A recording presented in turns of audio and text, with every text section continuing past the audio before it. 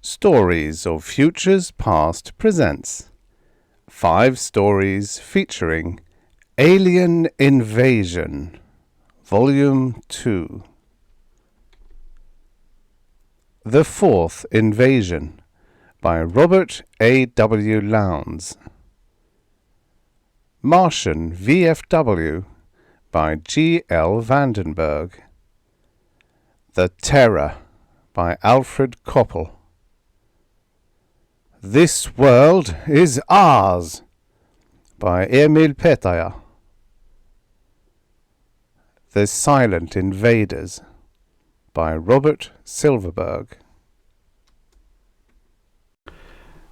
The Fourth Invasion by Robert A.W. Lowndes, writing as Henry Josephs, originally published in Future Science Fiction No. 30, 1956. Narrated by Tom Trussel. Dr. Clayton's face was impassive as a marble mask when he turned to young Corelli.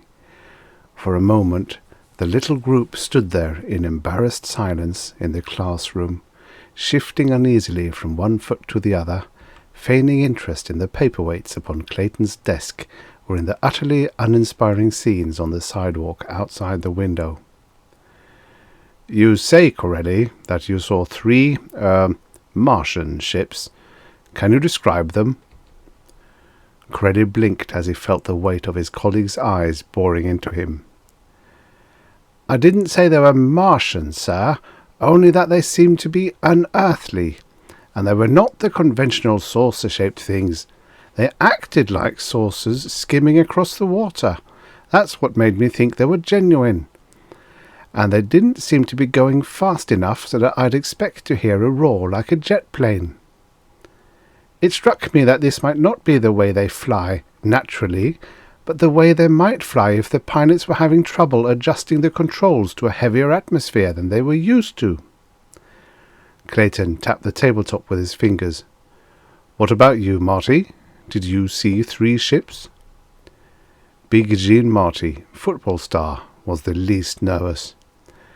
"Can't be sure about ships, Doc," he rumbled.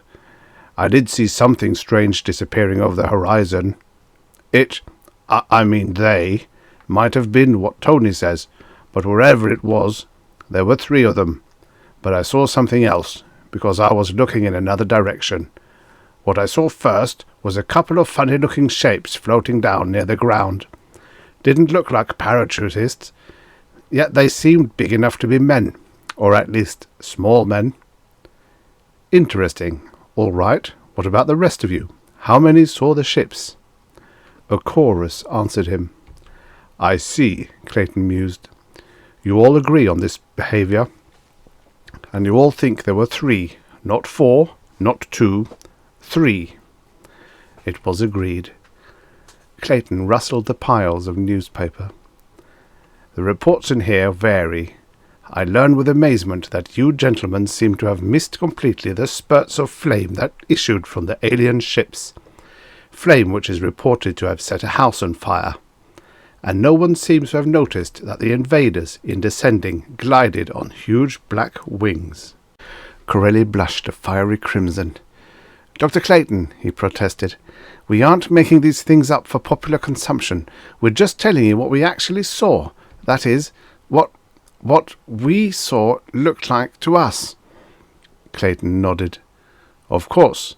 That is all people were doing back in 1938 when the Martians landed in New Jersey, at the time Orson Welles presented a radio version of H.G. Wells' War of the Worlds, or when the flying saucer craze first started, or when Fantafilm put on the big publicity stunt for the improved 3D movie The Outsiders, and people saw the aliens over Broadway and heard them address the populace in weird, booming tones.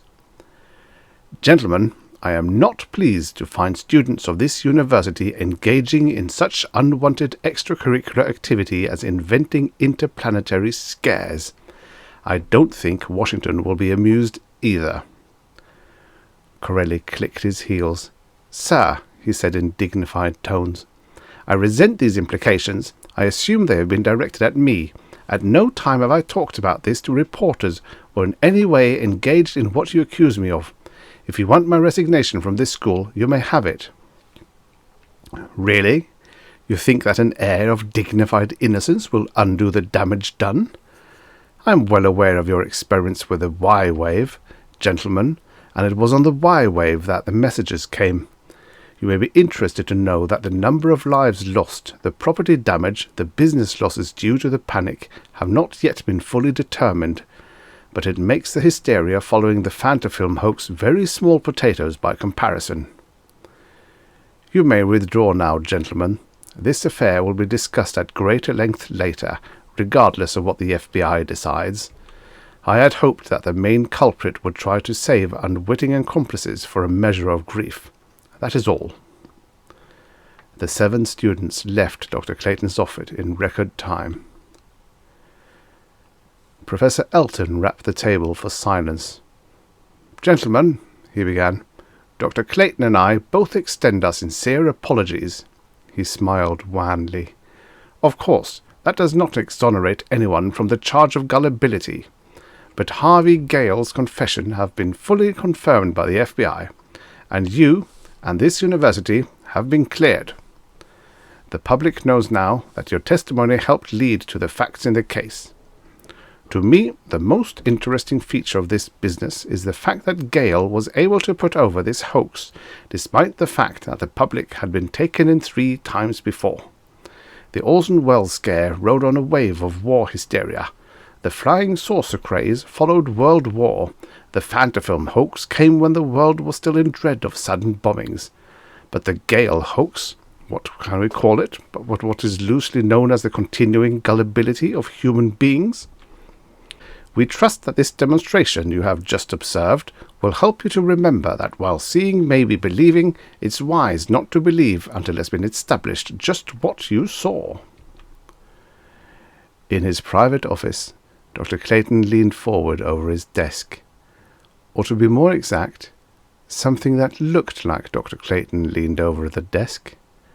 The face was impassive as marble, but, from out a slit in his chest, a pair of black antennae-like feelers were vibrating into a framed picture on the wall, from which the picture had been slid aside.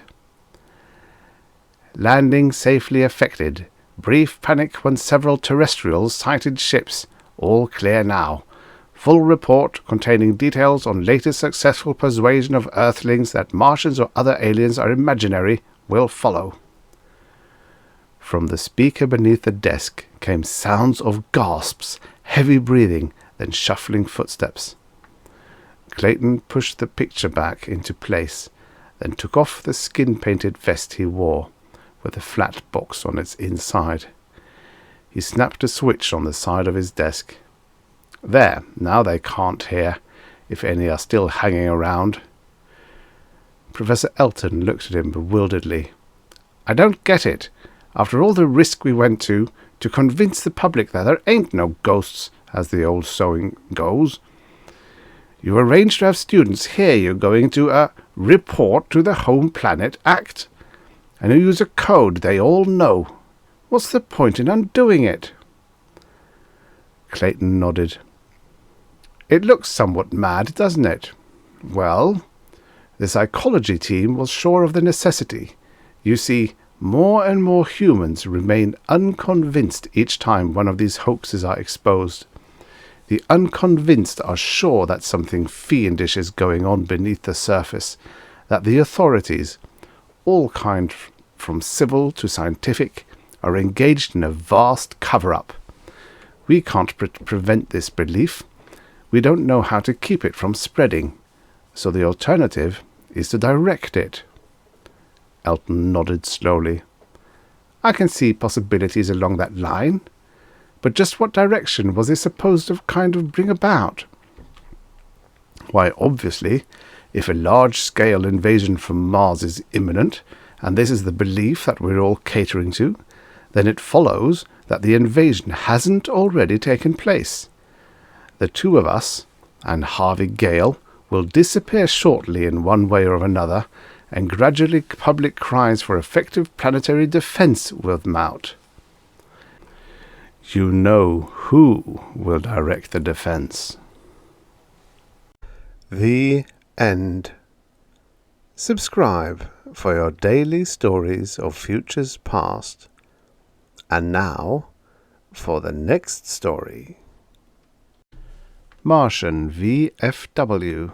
by G.L. Vandenburg. Originally published in Amazing Science Fiction Stories, May 1959. Narrated by Tom Trussel. Mr. Crothers was a busy man. Coordinating the biggest parade in New York's history is not easy. He was maneuvering his 200 pounds around Washington Square with the agility of a quarterback. He had his hands full organizing marches, locating floats, placing the many brass bands in their proper order, and barking commands to assistants. But Mr. Crothers approached the job with all the zeal of an evangelist at a revival meeting. As he approached the southwest corner of the square, he saw something that jarred his already frayed nerves. He stopped abruptly. The mass of clipboards and papers he was carrying fell to the street. There, before him, were 150 ants, each of them at least 6 feet tall. His first impulse was to turn and run for the nearest doctor. He was certain that the strain of his job was proving too much for him. But one of the ants approached him. It seemed friendly enough, so Mr. Crothers stood his ground. "My group is waiting for their assignment." The ant's voice seemed to be coming from the very core of its thorax, which was a violent red. "Good Lord!" Mr. Crothers' mouth opened up wide as an oven door. "Mr. Crothers, I believe the parade is about to start in my group." Mr. Crothers managed to blurt out, "What the devil are you, anyway?" "This is the parade marking the International Geophysical Year, is it not?" The ant had a pleasant, friendly voice. "Well, yes, but—" "And you are Mr. Crothers, the manager of the parade? Is that not correct?" Mr. Crothers rubbed his eyes and took another look at the strange creature. Its head was a brilliant yellow.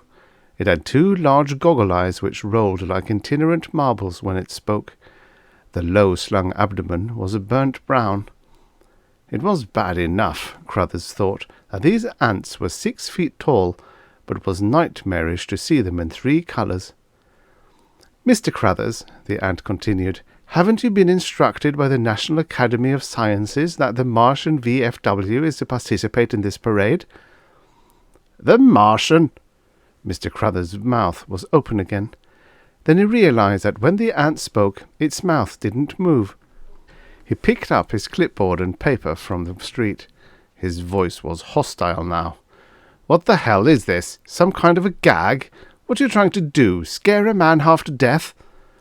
"Oh, we're not joking, Mr. Crothers. The National Academy—" "They didn't say anything to me about a bunch of clowns dressed up like ants." Mr. Crothers' indignation became intensified. He was loath to admit that he had been taken in by such obviously animated costumes. "Now look here, I'm a very busy man." "The arrangements have been made, Mr. Crothers. If my group is refused a place in this parade, we shall file suit immediately. As manager, you'll be named co-defendant." The ant was gentle, but firm.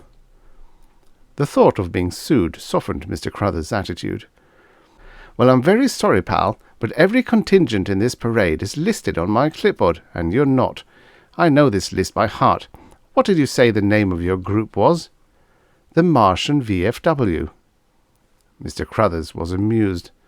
"Those sure are the craziest outfits I've ever seen." He chuckled. "Where'd you get them?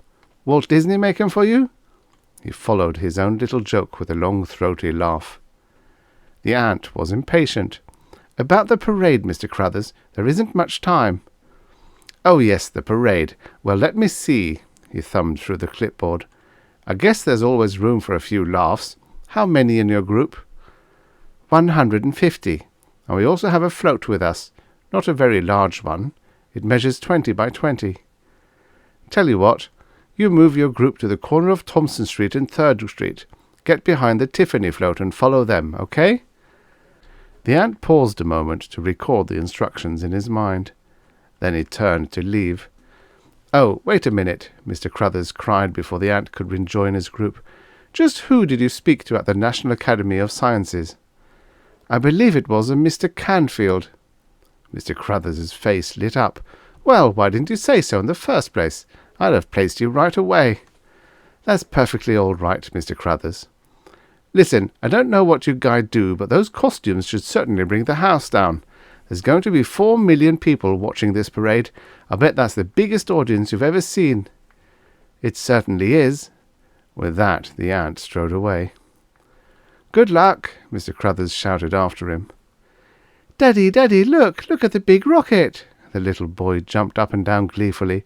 "It must be a whole mile long, Daddy. What kind is it?" "That's the Vanguard, son." An autumn breeze from the East River chilled their vantage point at 61st Street and 5th Avenue. "The Vanguard?" The name meant nothing to the boy. "Gee, I'll bet it can fly all the way to the stars." "It's the rocket that carried the first artificial satellite into space." The parade, now 3 hours old, continued past the reviewing stand. "I want to get a better look at the Vanguard," the boy shouted. The father lifted the boy onto his shoulders. The little fellow laughed and whooped it up, firing several shots from his Captain Video ray gun at the passing missile. The rocket moved on, and the noise of the crowd diminished slightly. A 100-piece brass band was passing in front of them. They were playing The Stars and Stripes Forever. They were followed by the Saks Fifth Avenue display, 9 small floats, each depicting life on another planet. The National Academy of Sciences had a success on its hands. "Wow, Daddy, I want to ride on it. I want to ride on that float and visit all those planets. Can I, Daddy?" The boy became all limbs, trying to squirm down from his father's shoulders. "You stay right where you are, young man." The father struggled to hold his balance. "But I want to go to the stars. I can watch the rest of the parade from Venus or Mercury. Please, Daddy." The father grinned. "Not just yet, son, but it won't be long before man will go to the stars." "Who lives up there, Daddy?" "Oh, there isn't any life up there yet."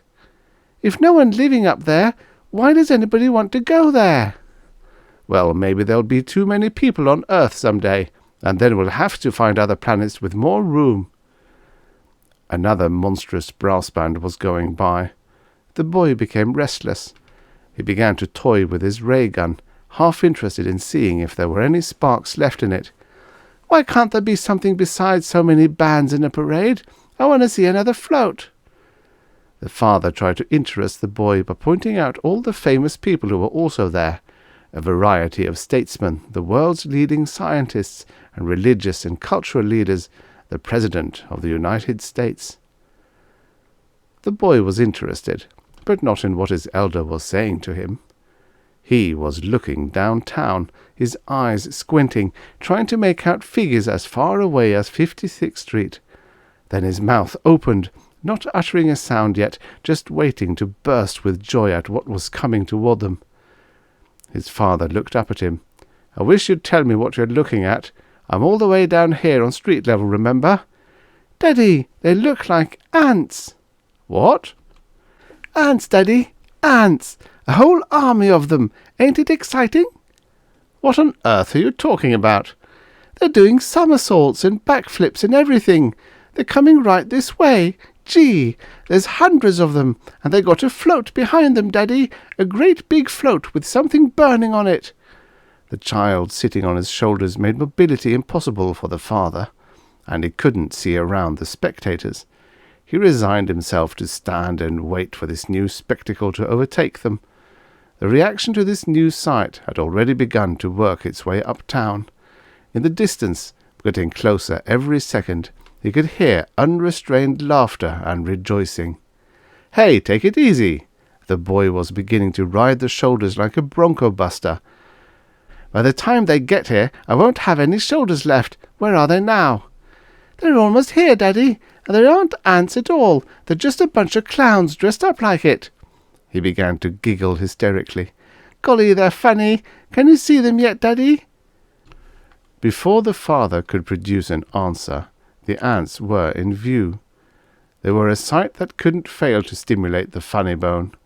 By comparison, with real ants, everything about them had been grossly exaggerated to achieve the proper effect. They walked on their 2 back legs, but the 4 front apertures were far from idle. Some of them turned somersaults, others did complicated flips consisting of 2 or 3 spins in mid-air. Still others, doing a kind of animated cakewalk, carried toy ray guns which were fired at random into the crowd.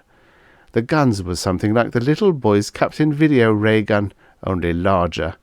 They emitted little streaks of blue sparks which shone brightly but disappeared when contact was made with air. They were easily the hit of the parade, a 3-ring circus all by themselves, as they pranced and clowned their way up Fifth Avenue, giving the spectators a whale of a show that was completely new. The guests on the reviewing stand refrained from any hilarity until they saw the float that 4 of the ants were pulling behind them. It was in keeping with the rest of the nonsense they were perpetrating. The float boasted 8 larger ray guns, 3 on each side and 2 in the rear, that fired the same fascinating blue sparks.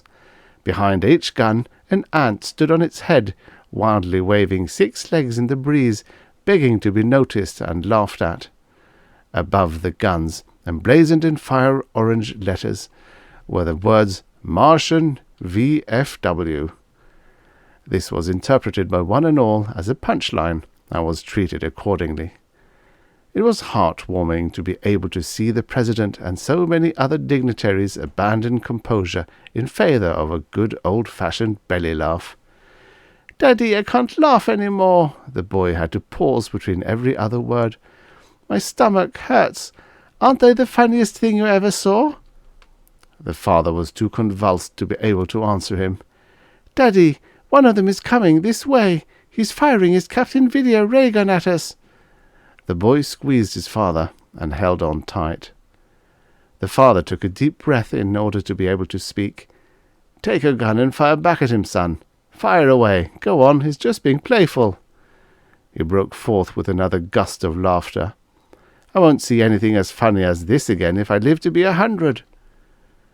The ant pranced over to where they were standing, firing its gun in every direction. The boy fired back. The ant took one look at the lad's gun and let out a long cackling sound which built to a crescendo, then stopped as though it had been turned off. The ant rejoined the group, and they continued on their merry way.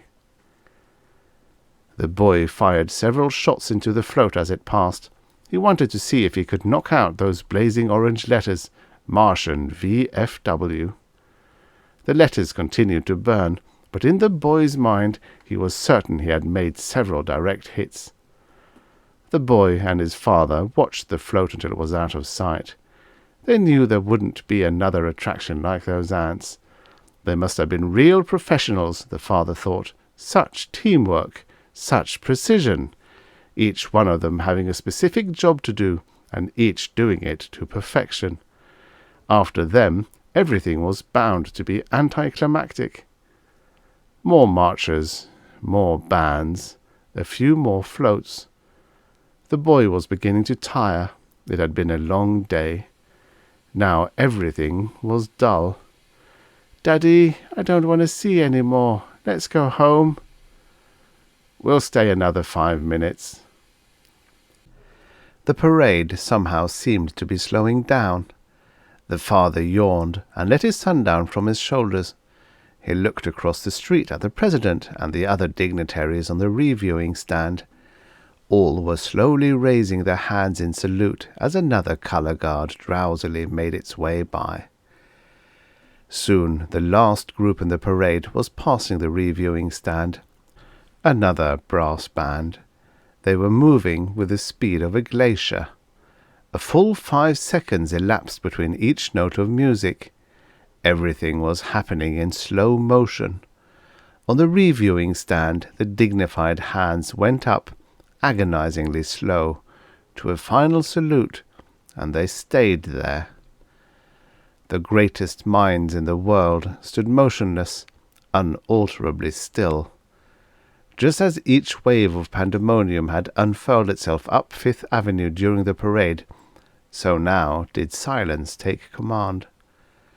The little boy tugged at his father's coat. "Daddy, Daddy," he pleaded, "why has the parade stopped? I wanna go home." His words came more slowly with each passing seconds, like a high-speed phonograph playing at 33 1/3 RPM. "Daddy, why don't you answer me? Daddy, why don't—" His father never heard him. 50 miles above the Atlantic, the fleet of spaceships hung suspended like lanterns. In the lead ship, the ant in charge of communications reported to the commander. "We've just received the first communique from the advance guard, sir." "Read it to me." The communications chief read from a large perforated paper. "Time 0600. Mission accomplished. Manhattan Island cut down the middle. Immediate result of superisonic rays. 4 million dead. Rays spreading east and west. Estimated time of rays full effect 0800. Island will then be neutralized. Awaiting further orders." The ant folded the paper and looked up at the commander. "Shall I relay further orders, sir?" "No." The commander of the ants paused and stroked his chin. "We're moving in." The end. Subscribe for your daily stories of futures past. And now, for the next story. The Terror by Alfred Coppel. Originally published in Future Combined with Science Fiction Stories, November 1950. Narrated by Tom Trussel. The wars of nerves, the cold wars of the early 20th century, pale into insignificance beside the fear that besets humanity when Jan Carvel returns from space. From Quintus Bland's History of Mankind, Chapter 24, The Terror. These are the halcyon years. The awful goad of the Terror is gone, and men can look into the sky without fear. The new colonies thrive among the low red hills of Mars, in the icy moraines of Io, Europa, and Titan. Starships are poised on the outer moons. Perhaps soon Earth will wear a diadem of stars. Yet some of the bitterness of the fear-ridden years is with us still. Forgiveness does not come easily to those who have suffered the humiliation of the Terror. These are the blighted lives to remember, and the unfortunates who lived and died under the threat of annihilation from the sky. Jan Carvel's memory is accursed, for it was Carvel who brought the Terror. Of the man himself, little is known. He lived and died in the first decade of the conquest of space, or in the last decade of the nationalist era, since they coincide. A few short years had passed since the first successful moon flights and the establishment of the space stations, and the tensions that had been mounting among the nations of Earth were nearing the breaking point. Lunaris was moon base then, and the launching racks were pointed back toward Earth and not toward the planets. Intense activity had turned the moon into an atomic arsenal, a focal point of all the destructive arts men had learned during and since the Second World War. The old countries, mainly the Union of Soviet Socialist Republics and the United States of America, stood with weapons poised, the seemingly eternal Cold War steadily growing hotter. Moonbase was American, and the space stations were Russian. A parity of weapons had been reached, and jingoists cried for war. History does not record the exact date of Jan Carvel's departure from the Earth-Moon system. It is known that he was an American, a qualified moon pilot, and a fanatic on the subject of planetary exploration. It is also known that he boarded an experimental long-range rocket bomber without authorization and vanished from the arsenal in Tycho. Some have suggested that he did not steal the craft and that he was actually ordered on his epoch-making flight, presumably in search of militarily useful information. This is unlikely. Having reached the moon and turned it into a fortress, the United States lost interest in space travel. Carvel chafed under the restraints placed upon him and the Bureau of Security. It is therefore more than just probable that he took it upon himself to press the cause of exploration without authority or sanction. The result of this irresponsible course of action was predestined. Carvel lost his ship and his life, but he left a legacy that was to shake the world. On the evening of January 17th, 1971, some 6 years after Carvel's disappearance from Moonbase, the Pacific Radar Watch detected an approaching missile. It was tracked for routine interception, and one ground-to-air missile was actually launched at it before its erratic course identified the unknown rocket as a spacecraft in distress. Fortunately, the GTA missile was caught and neutralized before interception occurred, and the approaching spacecraft was allowed to crash in the middle of California's Central Valley near what was then the city of Fresno. Search crews found the wreckage, and it was immediately established as the experimental rocket bomber stolen 6 years before by Jan Carvel. It was badly smashed by the crash, and in addition seemed to have sustained a considerable amount of battle damage. A charred body was removed from the rocket and identified as Jan Carvel. The craft's papers, however, were in an excellent state of preservation, it being indicated that Carvel sacrificed his life to protect them. These papers, consisting of some photographs, some crudely drawn planetary maps, and a diary, were contained in a steel box addressed to the Secretary of Defense. They were rushed to this official without delay. Fortunately, he was at the time in New Washington, somewhere under the Great Lakes. Within 12 hours, a meeting was held among the chiefs of state of all the Western powers. 2 hours later, a special courier plane was dispatched to Kuybyshev, the new Russian capital beyond the Urals, and the greatest joint effort in the history of mankind was begun. The terror had come to Earth. From the text of the President of the United States message to Marshal Vasily Kemperov, the Russian dictator. In spite of our differences, therefore, I urgently request that you personally authorize the dispatching of qualified Russian experts to join in the scientific council now convening here to evaluate these terrifying documents. If you desire, hostages may be exchanged to assure the safety of your personnel. From the Carvel Diary. I stood on the thin snowdrifts and looked westward into the setting sun.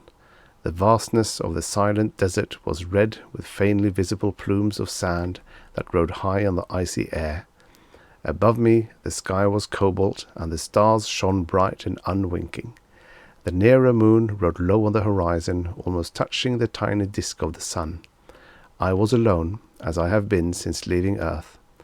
Nowhere on this world is there life, but here men might live and thrive, for there is beauty and peace. Later. I have found a rich vein of uranium ore. The ship's converter will serve to refine it. I can go on. When I return, I will build a cairn to prove that one man, at least, was sane. Later. The landing was difficult, for the heat of the rocket blast volatilized the frozen methane under me. And I let her settle. The ship dug a pit in the glacier, and now she lies half buried in the yellowish ice. I slept and fed myself and put on a pressure suit. Outside, the cold and the black sky pressed in on me, making me afraid. It is never dark here, for the planet fills the sky like a bloated yellow balloon. In the far distance, I can see a fault in the glacier, and the black rock of this moonlet shows through. I think there is silver in the rock. It streaks it in a pattern of filigree. There is little here but the challenge of keeping alive. The cold depresses me, and the giant in the sky fills me with vertigo. I shall go on. Later. A giant ahead and a giant behind. The blackness of space is all around me, and I grow used to it. I sleep and eat little now, and weightlessness is beginning to sicken me. I have come a long way. The system ahead shows promise. Later. I landed the ship on a wide plain. Rubble is everywhere. Perhaps this was once a moraine, but even the glacier is gone now. In the light of the sun I can see a rising fault like a palisade. Some low hills and a talus flank it. Bright colours are sparkling there. I think the cliff is thick with gem deposits. Later. I do not like to leave this moonlet. It is small and friendly. The air is thin, but it makes the sky blue and not black, and that makes me think of Earth. Perhaps I should be thinking of going back. The fuel is getting low, and the air in the ship is fouling. It will take a long time to reach home. Later. I will go on for a little while longer. I cannot help thinking that I will be the only one of my race to ever see these worlds. It is a godlike thought, but sad. At home there is nothing but hate and thoughts of killing. A great pity. The sky could be ours, if we were united. Later. God have mercy on me. I have seen the face of doom. The great cratered plain that spread out below me was lined with ships, great towering machines of war. We have waited too long, and now they have come. I am a soldier, a bad one, but still a soldier. I know the look of an invasion base when I see one. This is what I have seen. I will take pictures. I must return and warn them at home. They have so little time to prepare. Where have they come from? From the stars? They don't belong here. This tiny moonlet never gave them birth. Then whence have they come, and why? I am afraid. From the report of the UN Psychometric Evaluation Board. Careful study of the Coppel diary indicates that it is in fact authentic. Apparently, the loneliness of a protracted deep space flight shattered his mind, but his observations are in no wise to be disregarded for this reason. It is highly possible that the invasion base was the culminating cause rather than the effect of Carzel's obvious psychosis. Further investigation is most definitely called for. From the statement of Representative L. Louis Frank, House Minority Leader, after meeting with the administration officials. Unquestionably, the people must be told. From Pravda, official organ of the CP of the USSR. The authenticity of the so-called Coppel diary, at first doubted, has been established by Soviet experts. From the joint resolution of the General Assembly of the UN. The nations of the earth, in general concourse assembled, do hereby proclaim a state of grave emergency, and for the preservation of safety declare that the United Nations shall be considered a world government, with all necessary powers to command the massed armed forces of the member nations. The principle of unanimity among the major powers is indefinitely suspended and... From the files of the UNESCO.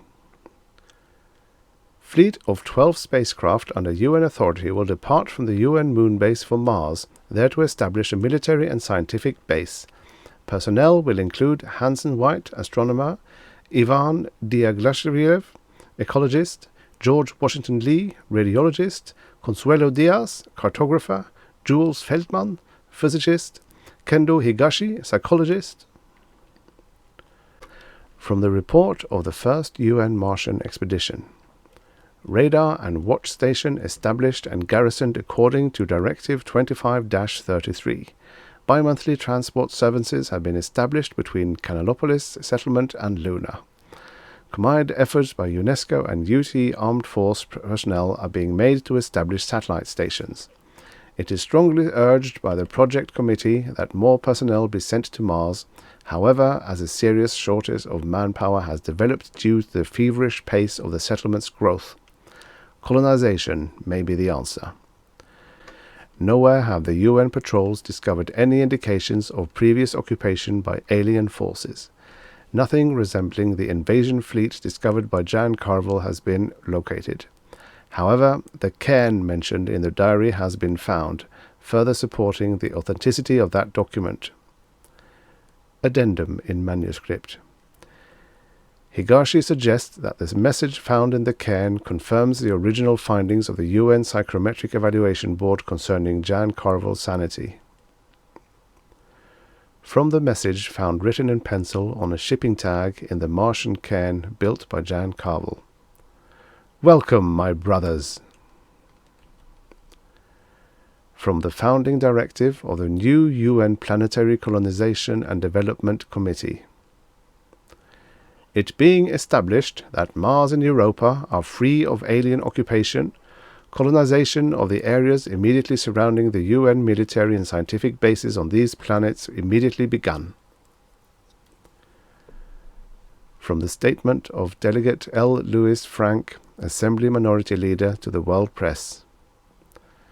Simply because we have not yet been attacked, I stand foursquare on my record as a public servant. If I am returned to Assembly as delegate from the Southwest area, I will continue to support the expanding military program. We cannot rest until all the habitable planets and satellites in the solar system are bases for our mighty cruisers. Only then can we be safe from this terror.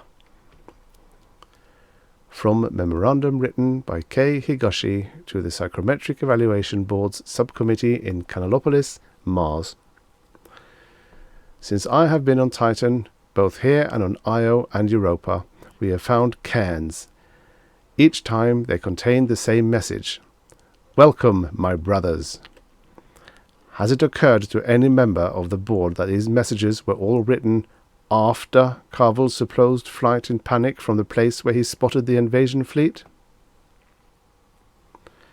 From a memorandum to K. Higashi, base psychologist, Titan Colony, from the Secretary of the Psychometric Evaluation Board Subcommittee in Canalopolis, Mars. It has. The pictures were faked too, were they not?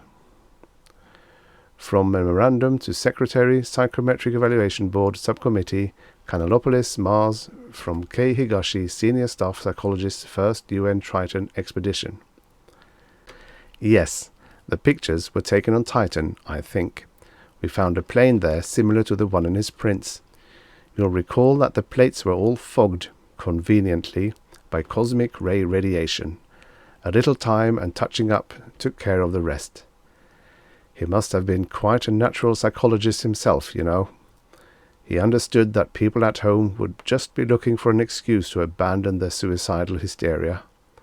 What he gave them was a common enemy. Had a lot of courage, too. Must have shot up his own ship and then wrecked himself deliberately, leaving the papers and the trail of cairns.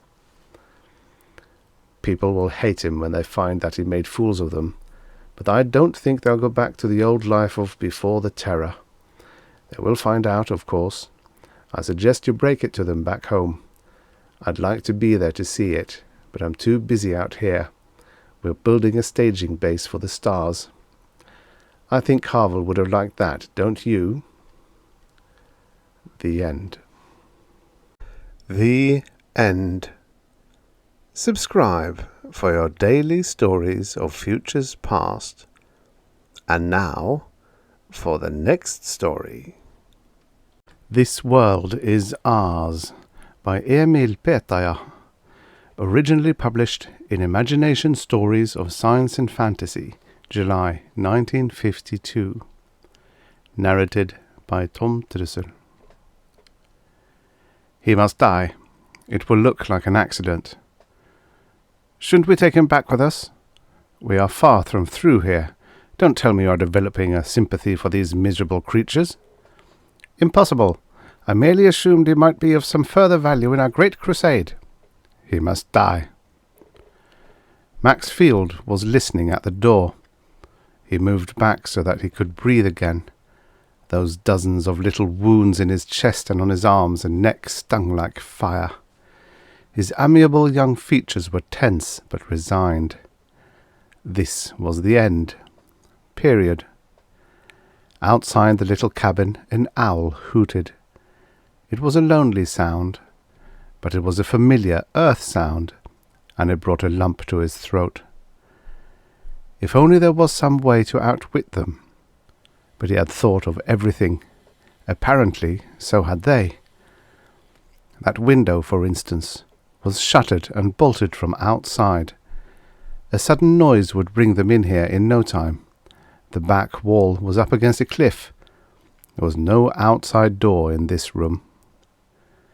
He was supposed to be drunk, befuddled, but he hadn't drank any of the champagne. In that, at least, he had outwitted them. He was to die. no question about that. The only question remaining was, how? He sat down on the edge of the bed and pulled out the little notebook he'd been, at odd moments, scribbling the whole story in. Force of habit, perhaps. Max was a science fiction writer. He flipped through the penciled pages. Worth money, this story. He smiled ironically. Yet who would read it, much less believe it? Somebody might, he decided. He would hide it somewhere in this room, maybe slip it through a crack in the flooring, a few pages at a time. He pulled out a stub of pencil and added that final shuddery scene. Alice. Alice. Outside, the owl hooted. It started, as so many stories do, with my phone ringing. I was eating cigarettes and pounding out a cover novel for Gizmo. If there is anything that gripes me where I live, it is some joker calling me up when I'm busy producing and... Hello? Yeah? This is Max Field, the science fiction writer. And while we're on that subject, I happen to be... I am Wallace Starr. It was a funny voice. Funny, strange. It sounded a little like rubbing two pieces of sandpaper together. Really? I pushed out my currant camel and sneaked in a few pecks at the old underwood. So sandpaper voice was Wallace Starr. Maybe I was supposed to turn handsprings. You don't know me, the heckler went on, but I'm very familiar with you and your work. I have an important project in mind. A new monthly science fiction magazine to be called Orion. I need a goods assistant editor. You were suggested. Orion, I said. Yes. My book will feature a completely new approach. We will buy only the best material, and each story will concern itself with the constellation Orion and its various systems. All material will be correlated to this end. How does this strike you? You won't find it so easy pinning the best writers down to Orion, I grinned. Writers like Swain and St. Reynard and Rick Planter like Elbow Room. Orion is vast and complex. 107 solar systems, to be exact. That should provide ample elbow room. I whistled. Ought to, but what's the idea? Novelty, Mr. Field. I have studied the imaginative magazines closely, and it occurs to me that they are already beginning to specialize. One of them uses highly technical stories. Another adheres to stories of other planets in this system. Orion will link each story with all the others in it. Instead of 100 interpretations of the life patterns of Orion, we shall have but one. Of course, casual stories we buy will have to be revamped to fit in. That's where I come in, I guessed. Exactly. But don't you feel that we will wind up with a fascinating pseudo-history of Orion, and that such a magazine could create a furore with its realistic slant? I guess so. It tasted like my first olive, but Wallace Starr was obviously burning with enthusiasm. He sounded just a little like a crackpot. A rich crackpot, maybe. It will be hard work, Mr. Field, but rewarding. Are you prepared to accept my proposition? He spoke like a man who means business. I hesitated. It is well known that the mortality rate among new fiction magazines is high. I had writing contracts to fill. I was doing okay. Editing a monthly is a full-time job. About salary, I hinted.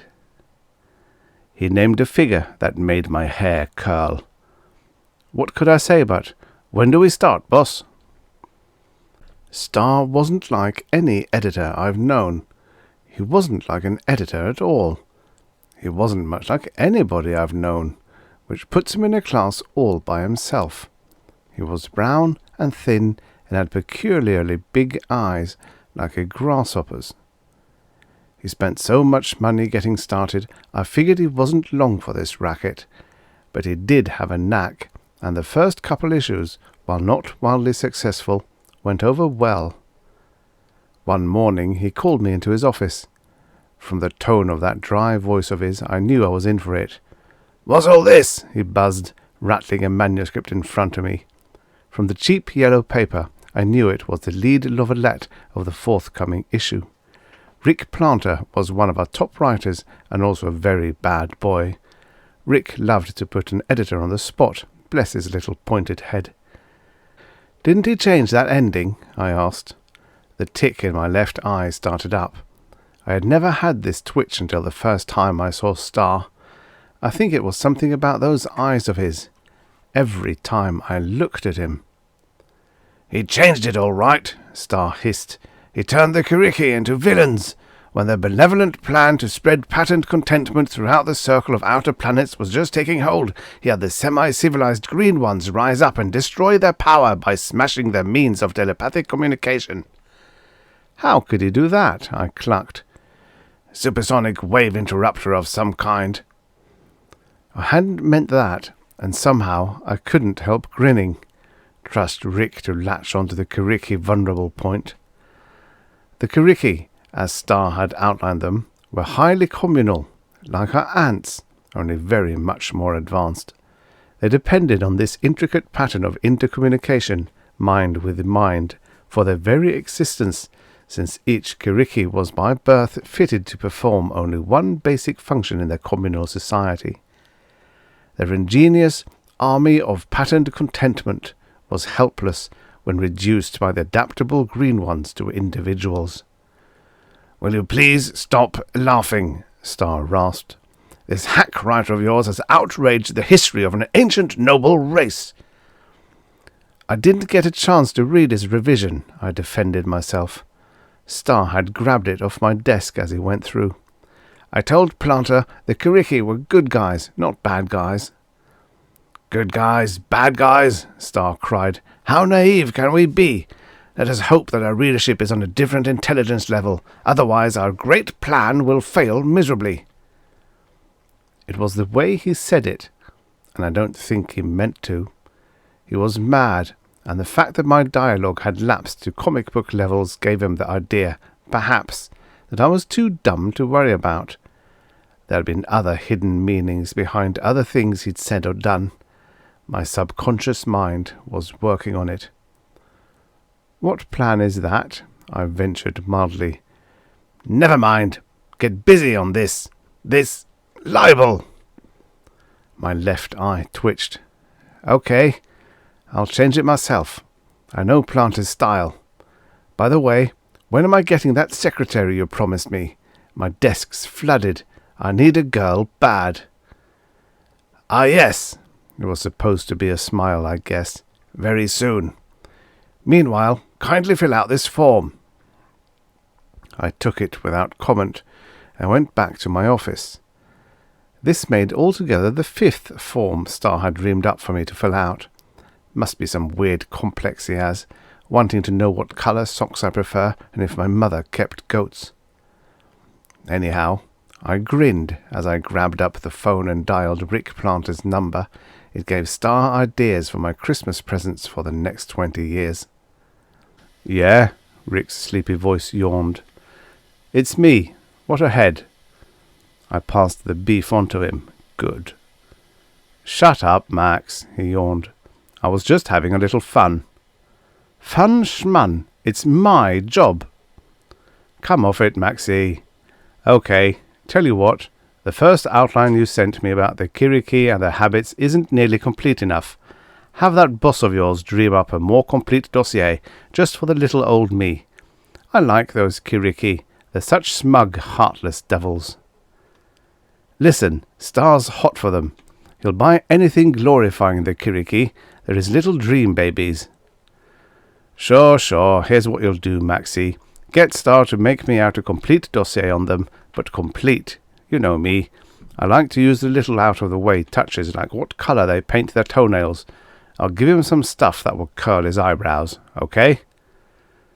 No more tricks? Cross my cast-iron heart. Okay, Rick. But remember, Rick rhymes with tick. How's that? Never mind. The moment Alice walked in my office, I knew she was for me. I guess every guy has a girl all built up in his imagination, a girl who is and has everything he likes. Alice Corey was mine. Soft blue eyes, lots of brown wavy hair, a little well-shaped nose, and let's just say the rest of her was well-shaped too. It was all there, including a lot of hard-to-define details of speech and manner that were exactly right.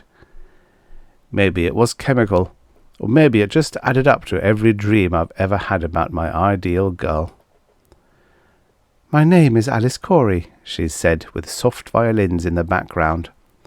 "I understand you need an editorial secretary," she went on briskly, when I found myself speechless. "I worked 2 years with Tower periodicals in London, and—" "You're hired," I said. "But those other girls waiting outside?" "Would you please inform them that the job's filled, Alice?" I had to deal with the boss about Alice. He didn't like her. She was too pretty, he thought. Couldn't be efficient. He went over her background with a fine-tooth comb. He found fault with almost everything about her. But I stuck to my guns. He had his Kiriki. Alice was mine, and I was damned if I would leave her out of my sight. She filled my working hours with golden sunshine and my nights with platinum dreams. What's more, she was efficient, and she would work until 12 the night before a deadline without a murmur. She was diffident about having dinner with me first, but as time went by, we spent many an evening together, strolling in the park, listening to the carousel, or sipping chocolate sodas at Howard Johnson's. Alice didn't talk much, but she was a good listener. I must have told her everything I had ever thought or done during those evenings. I was in such a sublime spin these days, I forgot to worry about Wallace Starr's peculiarities. The questions that had sprouted in my subconscious began to fade. I did what I was told. So, strangely, did Rick Planter. I supplied him with a detailed outline which Starr made up about the Kiriki. That wasn't enough, so he sent him another, with even more details. He kicked through with story after story about the Kiriki, big dramatic stories, and in each one the patterned contentment boys were built up higher than in the last. Starr purred like a kitten. He raised Planter's word rates and my salary. Orion caught on. The fans loved the idea of a pseudo-history of a whole constellation of systems. The Kiriki, with a breathtaking crusade of contentment, sweeping over system after system until finally it outdistanced Orion and tentacled out from the home system into deepest space. It captured the imagination. Where would it end? Eventually, we hit Life magazine with a big spread. The slicks went after Rick Planter, but Starr had him tied up with an ironclad contract. After all, the conception was Starr's, and I could see why he wouldn't let Planter hit the slicks, because he could not dictate their policies. Only in Orion could he manipulate the strings from behind. The Kiriki were his babies, and they must follow his pattern. The night before our anniversary issue went to press, it happened. I had left Alice on her doorstep, just off the drive. It was almost midnight, a blazing hot July night. Everybody and his dog was out for a breather. The drive was alive with young lovers, old lovers, and dog lovers. It hit me. In my hurry to get away from the office, I had neglected to check with Starr about a last-minute cover change. Starr hadn't been in all day. The printers would be closing the forms first thing in the morning, and I'd let the change go through without Starr's okay. Starr never came in until 11. I found a Wayland drugstore and phoned Starr. No answer. I called the operator and found out the line was temporarily out of order. On impulse, I snagged a crosstown bus. I had never been to Starr's, never been invited or particularly wanted to visit him. He lived in a loft not far from 3rd Avenue. It was an ordinary type building of ancient vintage. It would never cop an Oscar for beauty, nor did it smell from Chanel No. 5. I made my way up in the half-dark from one landing to another without enthusiasm. I don't know just what it is about musty office buildings after they've been darkened and bedded down for the night. It isn't anything calculated to cheer. 6 flights, and no elevator after 8. I could see right away that Star loved to be alone. Most of the upper floor offices were empty. My mind snagged hold of some creepy ideas as I mounted those stairs. I thought about Star's odd ways, his odd voice for that matter, as if he had a machine down in his throat, a talking machine designed by a clever somebody who had once heard a human voice. About how hept Star was on the Kiriki, how painstakingly he had drawn them. He talked about them as if they were real. Of course, being a science fiction writer myself, I understood that brand of wackiness, or thought I did. I rapped on his door. There was light pushing out under his door, so I knew he must be there. It was noisy inside, which was why he hadn't heard me. I bent my ear closer. What a noise! It sounded like a bullfrog-grasshopper duet. I banged on the door again. No answer. I tried the doorknob. It turned. I was half in when I stopped cold. This I did not believe. Put it on a book jacket and label it Ed Cartier and I'll buy it. I blinked to make it go away, but it wouldn't. I whimpered. So it was. What my mind had been half suspecting for months and laughing at itself even as it suspected. It was true. The thing at the machine was a giant insect, 10 feet high at least. It was brown-green and had lots of claw-like appendages. The most terrible thing about it was its familiarity. I had surveyed it critically on 6 of our cover originals. I had quibbled with our artists about it. Not horrible enough, I had said. Well, it was. It was horrible. It was busy with that machine, making noises into a cone and twisting dials and knobs with its many appendages. The noises it made were carefully inflected. Speech, in fact. It was talking into the cone, which absorbed the sounds and transmitted them. Where? My shoes were glued to the floor. The thing finished talking, snapped off the machine, turned. It saw me. It yelled and tried to duck out. It moved in a blur. 7 pairs of claws flexed out and grabbed for me. Some of the weaving cilia touched me. I screamed at the sting, like a dozen raking barbs tearing my clothes and me. I made the hall, yelling. But I couldn't reach the stairs. It got me. It pinned me over the elevator shaft. I bent back further and further so those tentacles couldn't rake my face.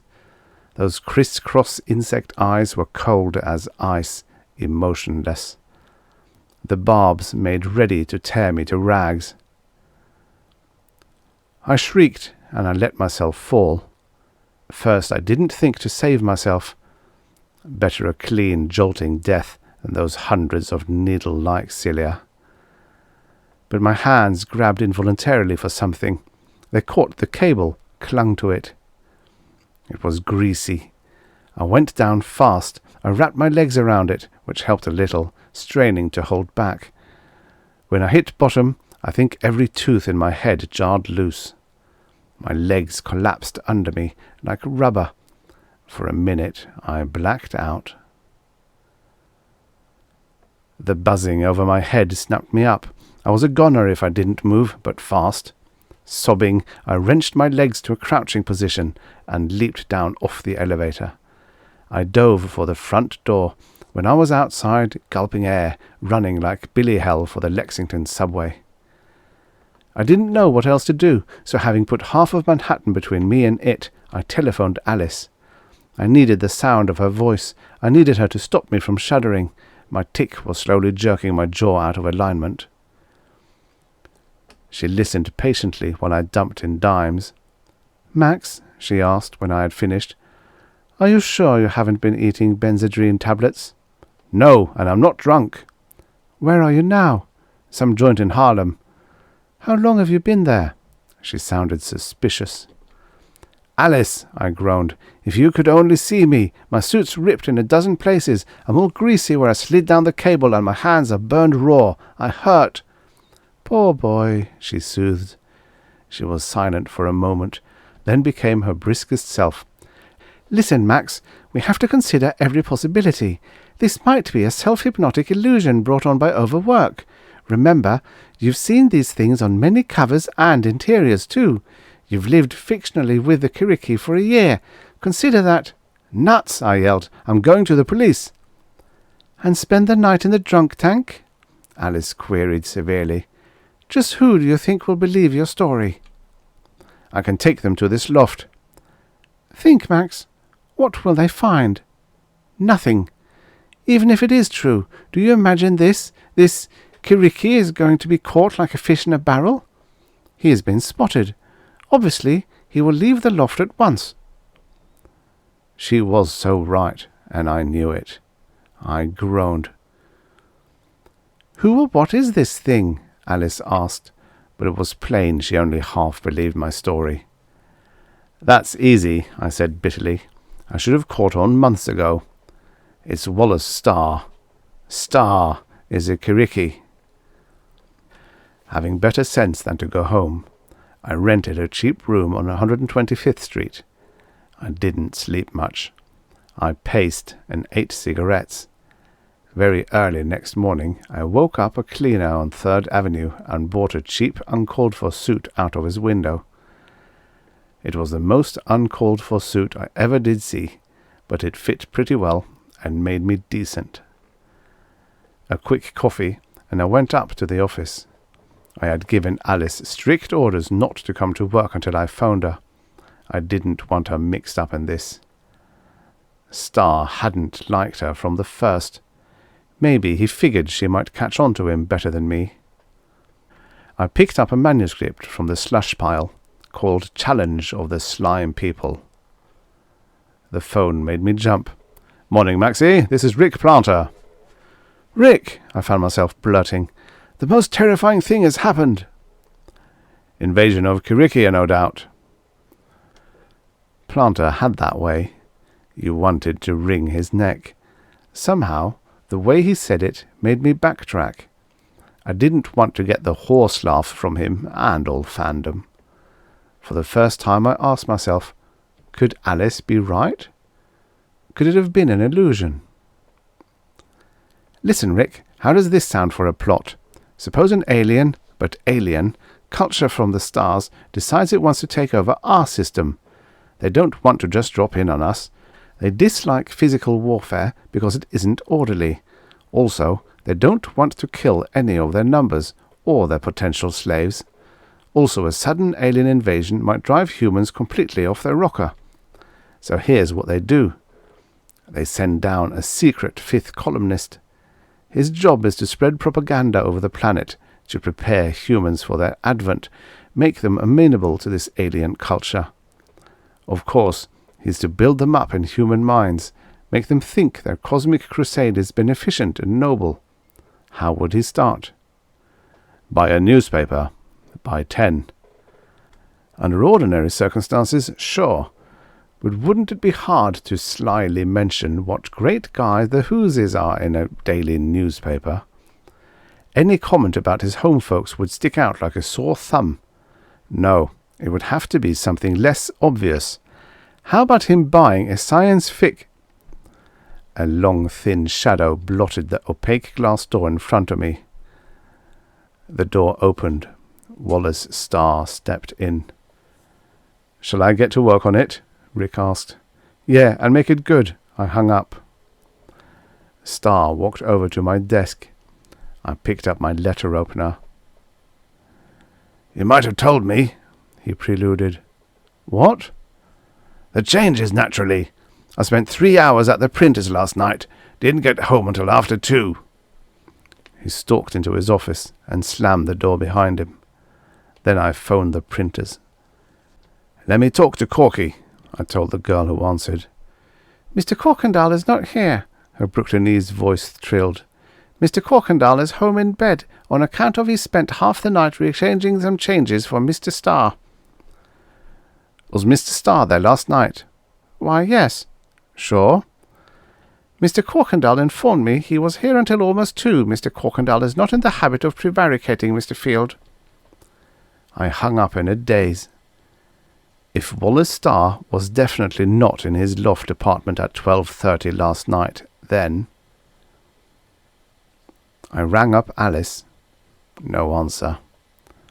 I rang her every 15 minutes until she did. "Where were you?" I demanded. "Why, Max," she sounded piqued. "All right, I'll tell you.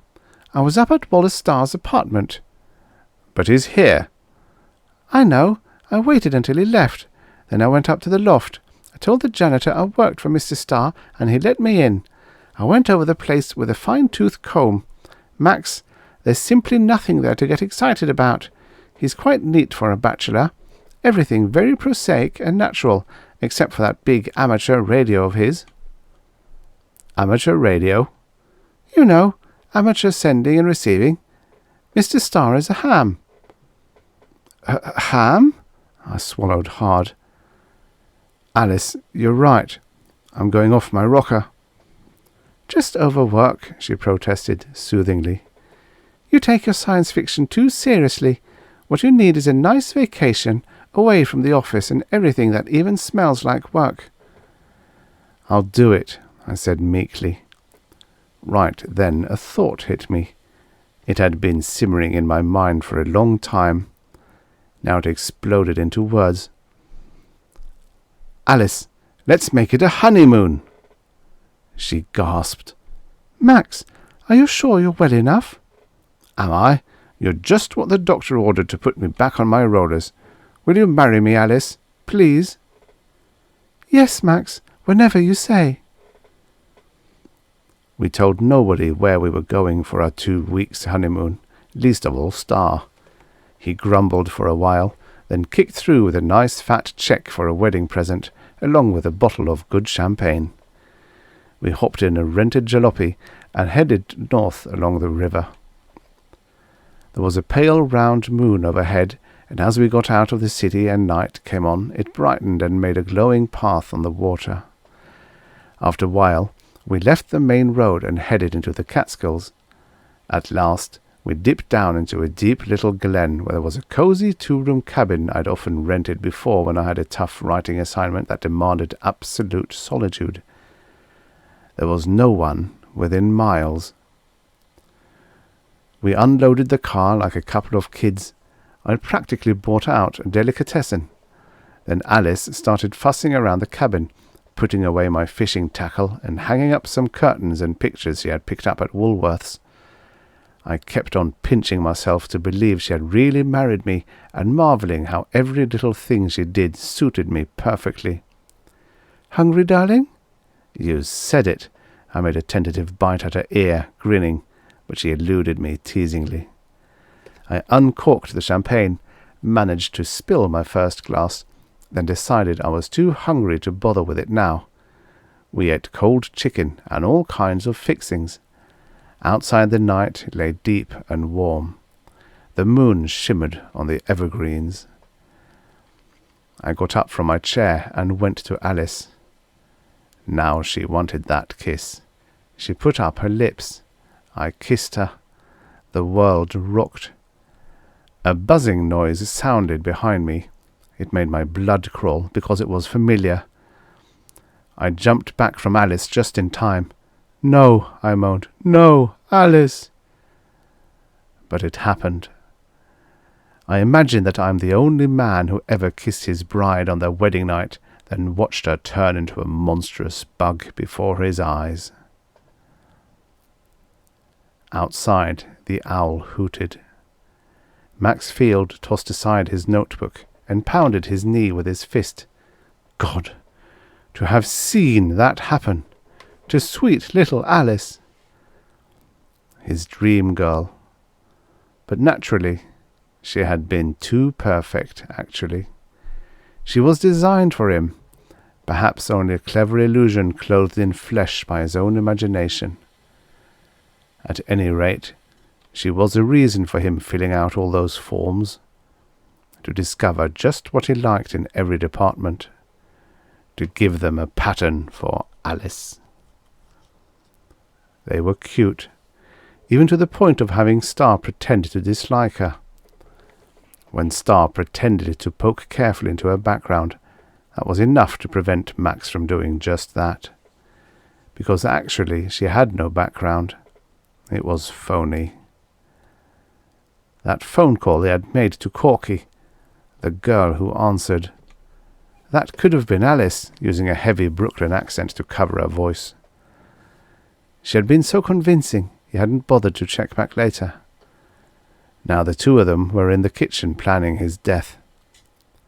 Science fiction editor accidentally killed in mountain retreat, bride stricken. Then the grief-stricken bride would carry on in his place. Orion was going great guns now. It really didn't need Max Field.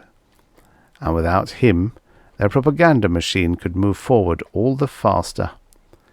Forward to the day when the Kiriki Cosmic Crusade moved down into this solar system. The patterned Contentment Boys would take over. Whose pattern? Kiriki, of course. The kitchen door opened slowly. Max tensed. It was Alice. She wore that clinging black lace negligee he had bought in an exclusive Fifth Avenue shop. Max. He stood up stiffly, staring. Change, damn you! Change! Why, Max, she pouted. Don't you love me any more? It was intended to drive him nutty, maybe to suicide. You should have drunk the champagne, she said softly. It would have been easier for you. Would you like a drink now? She held out a glass. All of a sudden, he wanted that glass more than he had ever wanted anything in his life, even Alice. It was the end of the line, the dropping-off point. He couldn't take it any more. Not Alice, like that. He walked over to her and took the glass. He lifted it to his lips. Something slapped the glass out of his hand as the window behind him shattered inward. Alice flashed an angry glance at the face in the window, then moved quickly back into the kitchen.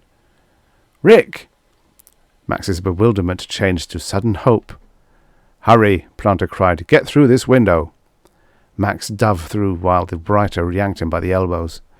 Max was shivering and sweating at the same time, but the cool night breeze helped a little. Where in the Billy hell did you come from? Rick finished. Been on Star's trail for weeks.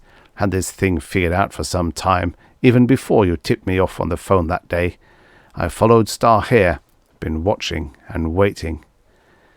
He was wearing a fish basket, and, incongruously, it was filled with bombs. He handed some to Max. Start heaving. Aim for the kitchen door before they close it. He tossed a handful of the bombs into the room. Max followed suit.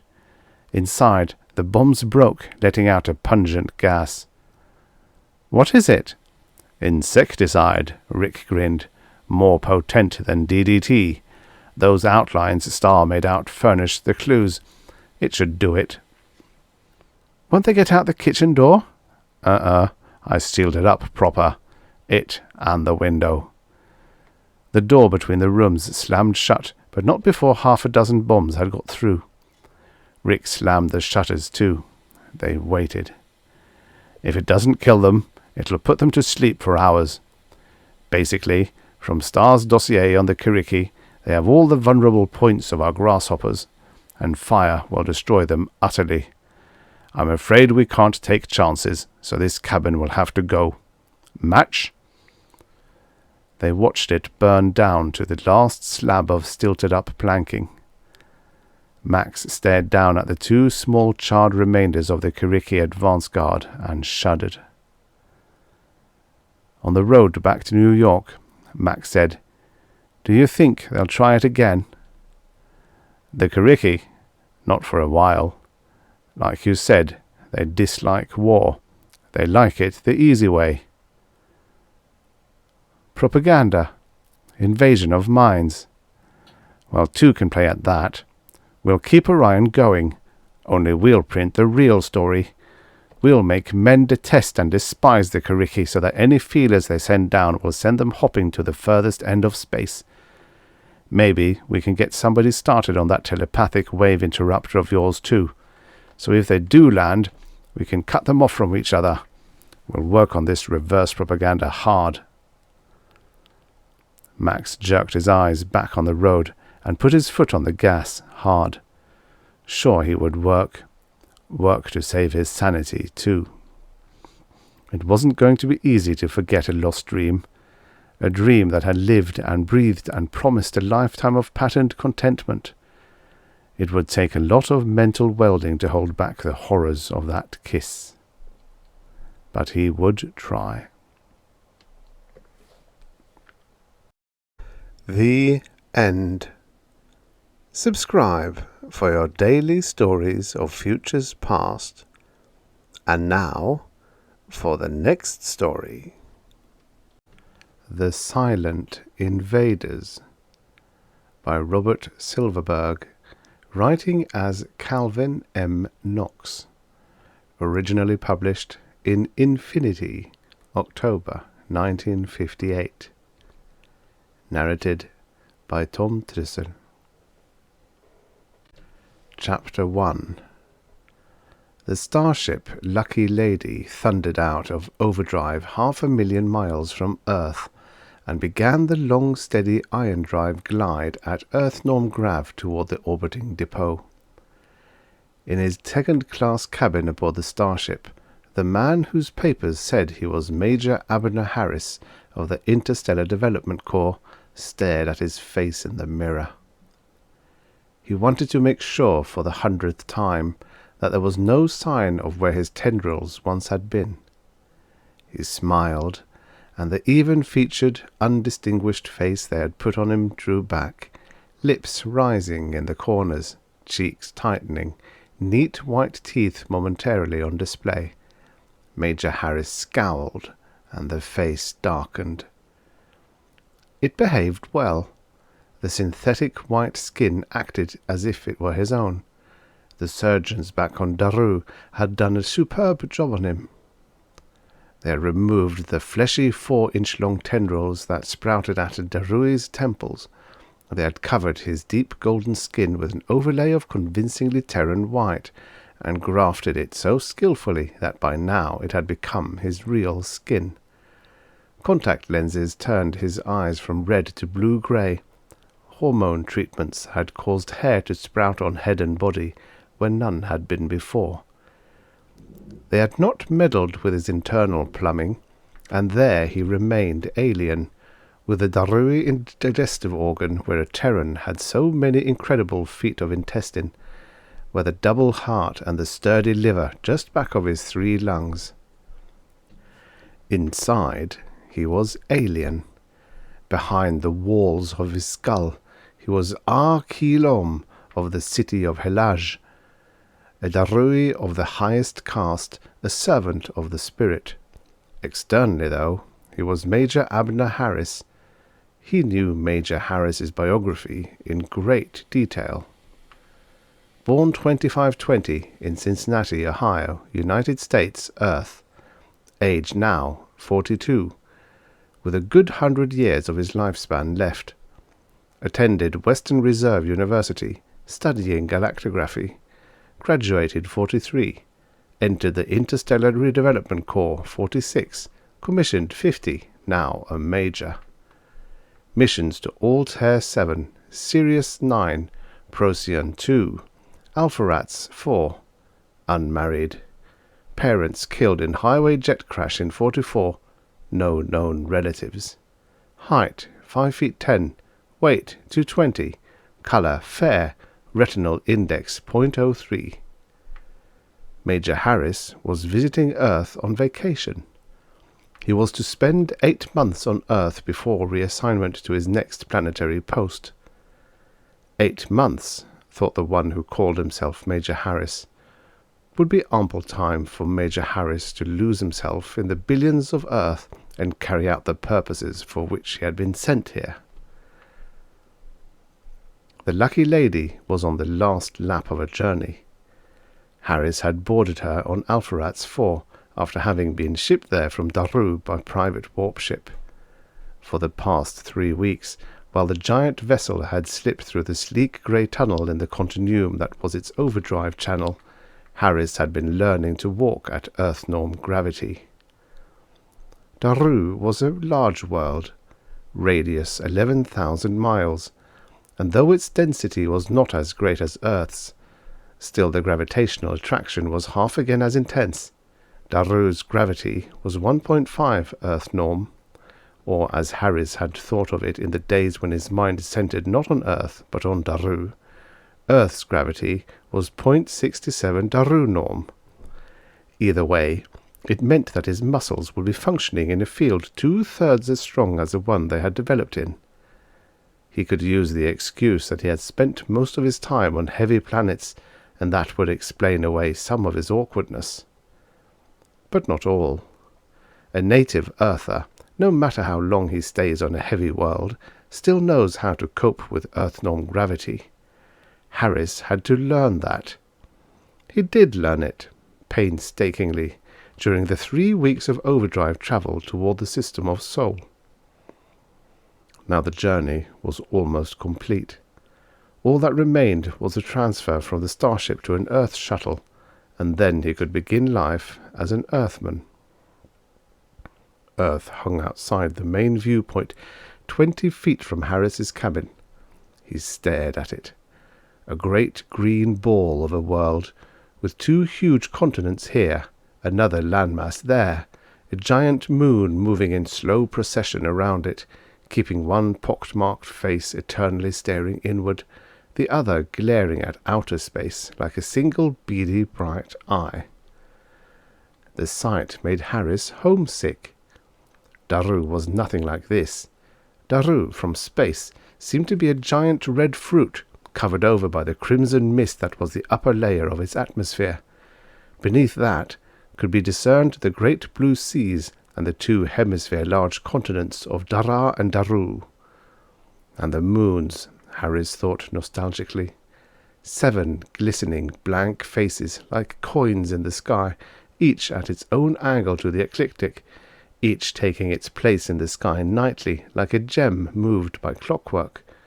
And the mating of the moons, when the 7 came together once a year in a fiercely radiant diadem that filled half the sky. Angrily he cut the train of thought. "You're an Earthman. Forget Daru." A voice on a speaker overhead said, "Please return to your cabins, ladies and gentlemen. In 11 minutes we will come to a rest at the main spaceborne depot. Passengers intending to transfer here, please notify the area steward." Harris returned to his cabin while the voice repeated the statement in other languages. Earth still spoke more than a dozen major tongues, which surprised him. Daru had reached linguistic homogeneity 3,000 years or more ago. Minutes ticked by. At last came the word that the lucky lady had ended its ion drive cruise and was tethered to the orbital satellite. Harris left his cabin for the last time and headed down ramp to the designated room on D-deck where outgoing passengers were assembling. "Your baggage will be shipped across. You don't have to worry about that." Harris nodded. His baggage was important. More than 300 of the passengers were leaving ship here. Harris was herded along with the others through an airlock. Several dozen ungainly little ferries hovered just outside, linked to the huge starliner by connecting tubes. Harris entered a swaying tube, crossed over, and found a seat in the ferry. Minutes later, he was repeating the process in the other direction as the ferry unloaded its passengers into the main airlock of orbiting station number 1. Another voice boomed. "Lucky lady passengers continuing on to Earth, report to routing channel 4. Lucky Lady passengers continuing onto Earth report to routing channel 4. Passengers transshipping to other star lines should go on to the nearest routing decks at once.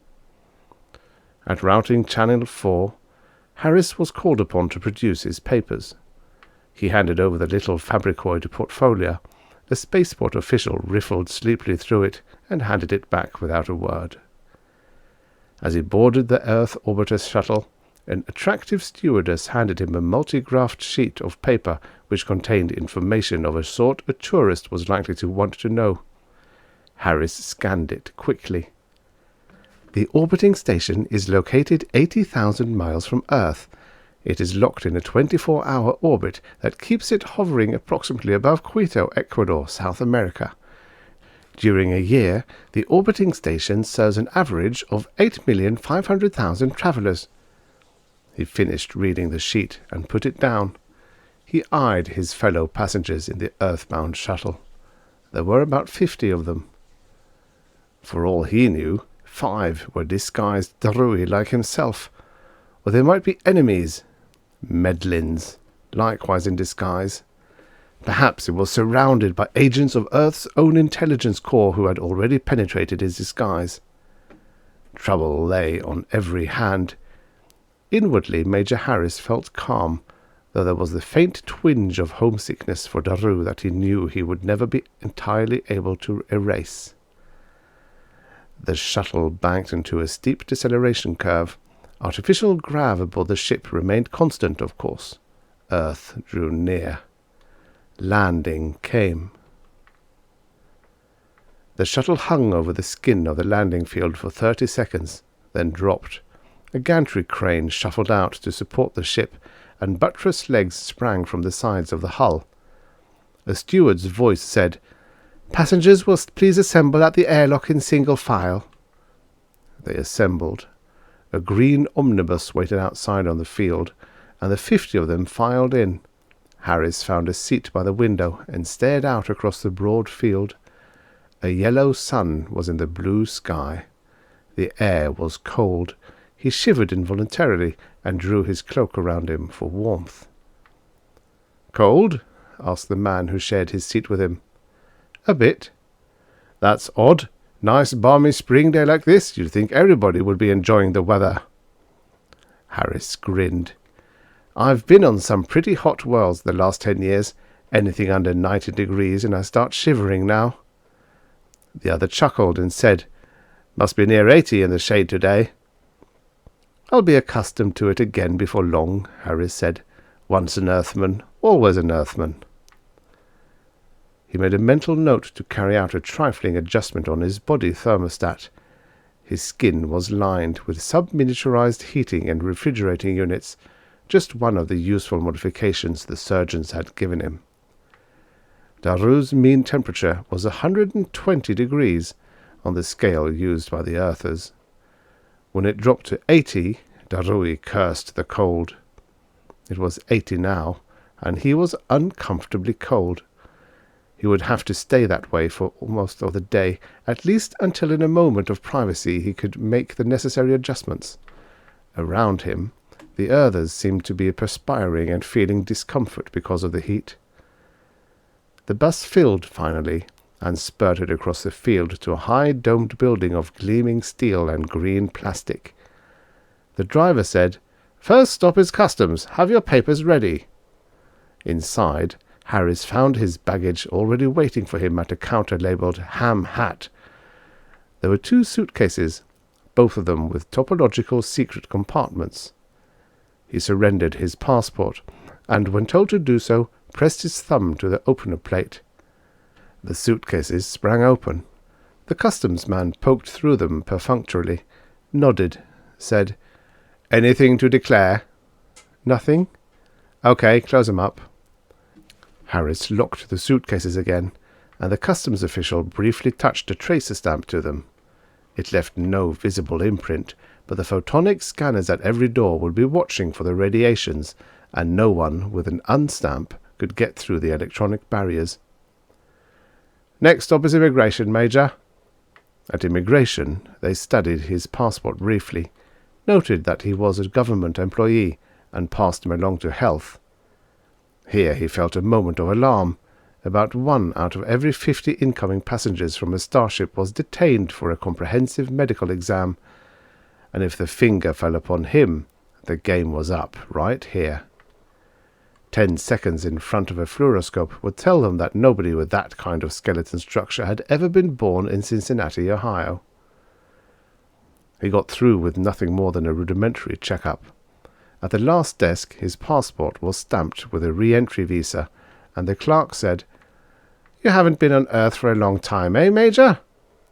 "Not in 10 years. Hope things haven't changed too much." "The women are still the same, anyway." The clerk shuffled Harris's paper together, stuck them back in the portfolio, and handed them to him. "Everything's in order. Go straight ahead and go out the door to your left." Harris thanked him and moved along, gripping one suitcase in each hand. A month ago, at the beginning of his journey, the suitcases had seemed heavy to him, but that had been on Daru. Here they weighed only 2/3 as much. He carried them jauntily. "Soon it'll be spring on Daru," he thought. The red-leaved jasar trees would blossom, and the perfume would fill the air. With an angry inner scowl, he blanked out the thought. He was Major Abner Harris, late of Cincinnati, here on Earth for 8 months' vacation. He knew his orders. He was to establish residence, avoid detection, and in the second week of his stay, make contact with the chief Darui agent on Earth. Further instructions would come from him. Chapter 2. It took 20 minutes by helitaxi to reach the metropolitan area from the spaceport. Handling the Terran currency as if he had used it all his life, Harris paid the driver, tipped in, and got out. He had asked for and been taken to a hotel in the heart of the city, the Spaceways Hotel. There was one of them in every major spaceport city in the galaxy. The space lines operated them jointly, for the benefit of travelers who had no place to stay on the planet of their destination. He signed in and was given a room on the 58th floor. The Earther at the desk said, "You don't mind heights, do you, Major?" "Not at all." He gave the boy who had carried his bags a quarter-unit piece, received grateful thanks, and locked the door. For the first time since leaving Daru, he was really alone. Thumbing open his suitcases, he performed the series of complex stress pressures that gave access to the hidden areas of the grips. Miraculously, the suitcases expanded to nearly twice their former volume. There was nothing like packing your belongings in a tesseract if you wanted to keep the customs men away from them. Busily he unpacked. First thing out was a small device which fit neatly and virtually invisibly to the inside of the door. It was a jammer for spy beams. It ensured privacy. A disruptor pistol came next. He slipped it into his tunic pocket. Several books, a flask of Darui wine, a photograph of his birth tree. Bringing these things had not increased his risk, since if they had been found, it would only be after much more incriminating things had come to light. The subspace communicator, for example, or the narrow-beam amplifier he would use in making known his presence to the other members of the Darui cadre on Earth. He finished unpacking, restored his suitcases to their three-dimensional state, and took a tiny scalpel from the toolkit he had unpacked.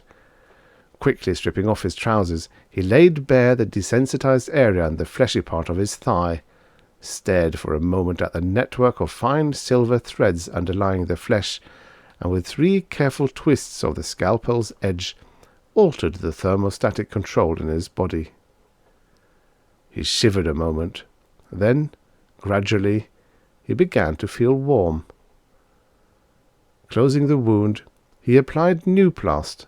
Moments later it had healed. He dressed again. He surveyed his room. 20 feet square, with a bed, a desk, a closet, a dresser. An air-conditioning grid in the ceiling. A steady greenish electroluminescent glow. an oval window beneath which was a set of polarizing controls, a molecular bath and washstand. Not bad for 20 units a week, he told himself, trying to think the way an Earthman might. The room calendar told him it was 5:30 in the afternoon, 22nd May, 2562.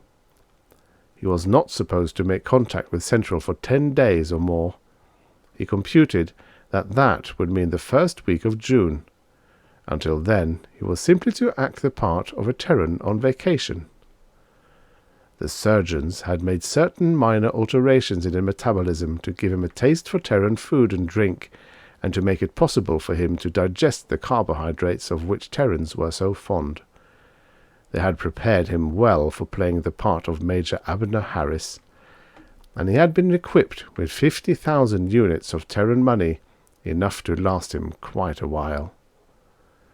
Carefully, he adjusted the device on the door to keep intruders out while he was gone. Anyone entering the room would get a nasty jolt of energy now. He checked his wallet, made sure he had his money with him, and pushed the door opener. It slid back, and he stepped through into the hallway. At that moment, someone walking rapidly down the hall collided with him, spinning him around. He felt a soft body pressed against his. A woman. The immediate reaction that boiled up in him was one of anger, but he blocked the impulse to strike her before it rose. On Daru, a woman who jostled a servant of the spirit would expect a sound whipping. But this was not Daru. He remembered a phrase from his indoctrination. It will help to create a sexual relationship for yourself on Earth.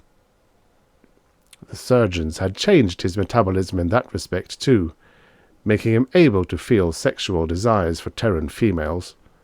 The theory was that no one would expect a disguised alien to engage in romantic affairs with Terrans. It would be a form of camouflage.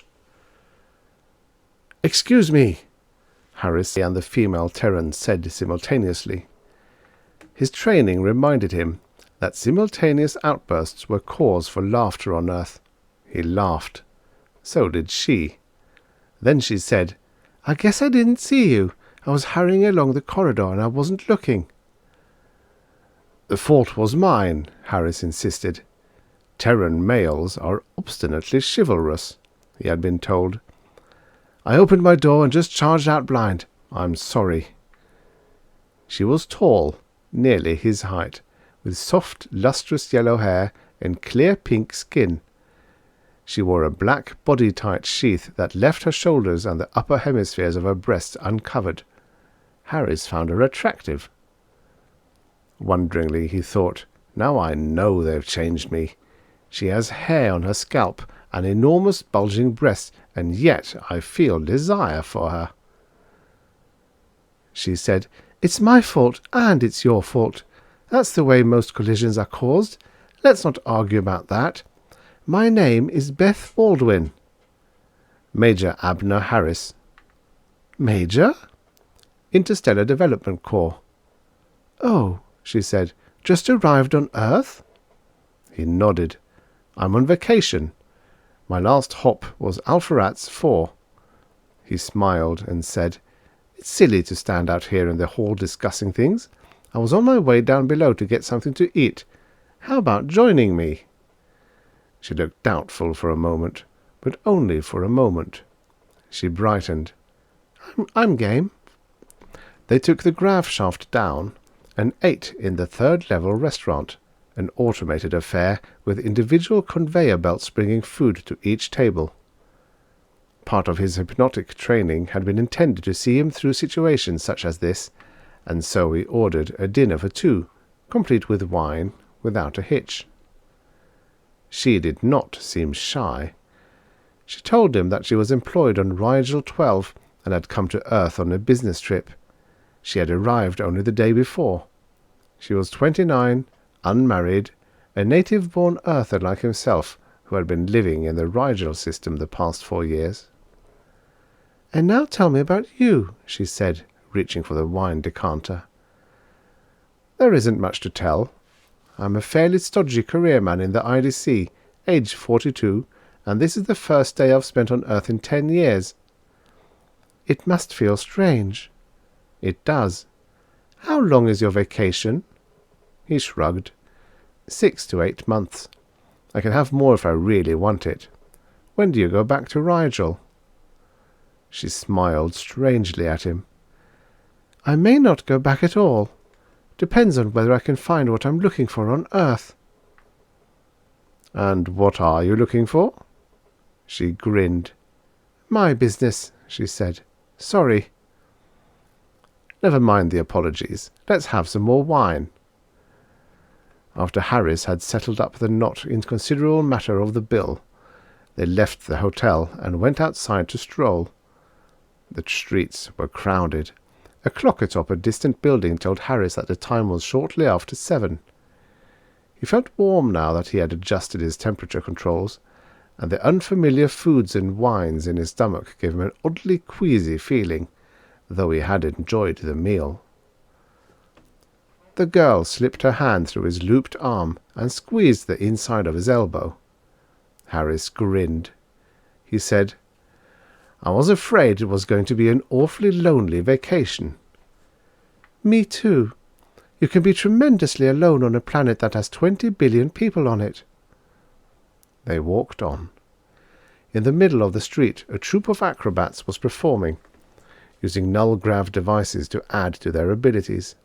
Harris chuckled and tossed them a coin, and a bronzed girl saluted to him from the top of a human pyramid. Night was falling.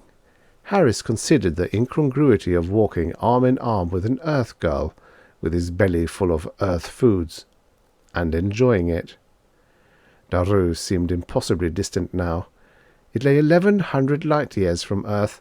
Its star was visible only as a part of a mass of blurred dots of light. But yet he knew it was there. He missed it. You're worrying about something, the girl said. It's an old failing of mine. He was thinking. I was born a servant of the spirit, and so I was chosen to go to Earth. I may never return to Daru again. As the sky darkened, they strolled on, over a delicate golden bridge spanning a river whose dark depths twinkled with myriad points of light. Together they stared down at the water and at the stars reflected in it. She moved closer to him, and her warmth against his body was pleasing to him. 1,100 light-years from home. Why am I here? He knew the answer. Titanic conflict was shaping in the universe. The predictors held that the cataclysm was no more than 200 years away. Daru would stand against its ancient adversary Medlin, and all the worlds of the universe would be ranged on one side or on the other. He was here as an ambassador. Earth was a mighty force in the galaxy, so mighty that it would resent the role it really played, that of pawn between Daru and Medlin. Daru wanted Terran support in the conflict to come. Obtaining it was a delicate problem in consent engineering. A cadre of disguised Darui planted on Earth, gradually manipulating public opinion towards the Daru camp and away from Medlin. That was the plan. And Harris, once Kilom, was one of its agents. They walked until the hour had grown very late, and then turned back toward the hotel. Harris was confident now that he had established the sort of relationship that was likely to shield him from all suspicion of his true origin. He said, "What do we do now?" "Suppose we buy a bottle of something and have a party in your room," she suggested. "My room's a frightful mess," Harris said, thinking of the many things in there he would not want her to see. "How about yours?" "It doesn't matter." They stopped at an autobar, and he fed half-unit pieces into a machine until the chime sounded, and a fully wrapped bottle slid out the receiving tray. Harris tucked it under his arm, made a mock-courteous bow to her, and they continued on their way to the hotel. The signal came just as they entered the lobby. It reached Harris in the form of a sudden twinge in the abdomen. That was where the amplifier had been embedded. He felt it as 3 quick impulses, rasp, rasp, rasp, followed after a brief pause by a repeat. The signal had only one meaning. "Emergency! Get in touch with your contact man at once!" Her hand tightened on his arm. "Are you all right? You look so pale." In a dry voice he said, "Maybe we'd better postpone our party a few minutes. I'm not quite well." "Oh, can I help?" He shook his head. "It's something I picked up on Alfred's." Turning, he handed her the packaged bottle and said, "It'll just take me a few minutes to get myself settled down. Suppose you go to your room and wait for me there." "But if you're sick, I ought to—" "No, Beth, I have to take care of this myself without anyone else watching, okay?" "Okay," she said doubtfully. "Thanks. Be with you as soon as I can." They rode the graph shaft together to the 58th floor and went their separate ways, she to her room, he to his. The signal in his abdomen was repeating itself steadily now with quiet urgency. Rasp, rasp, rasp, rasp, rasp, rasp, rasp, rasp, rasp. He neutralized the force field on the door with a quick energy impulse and opened the door.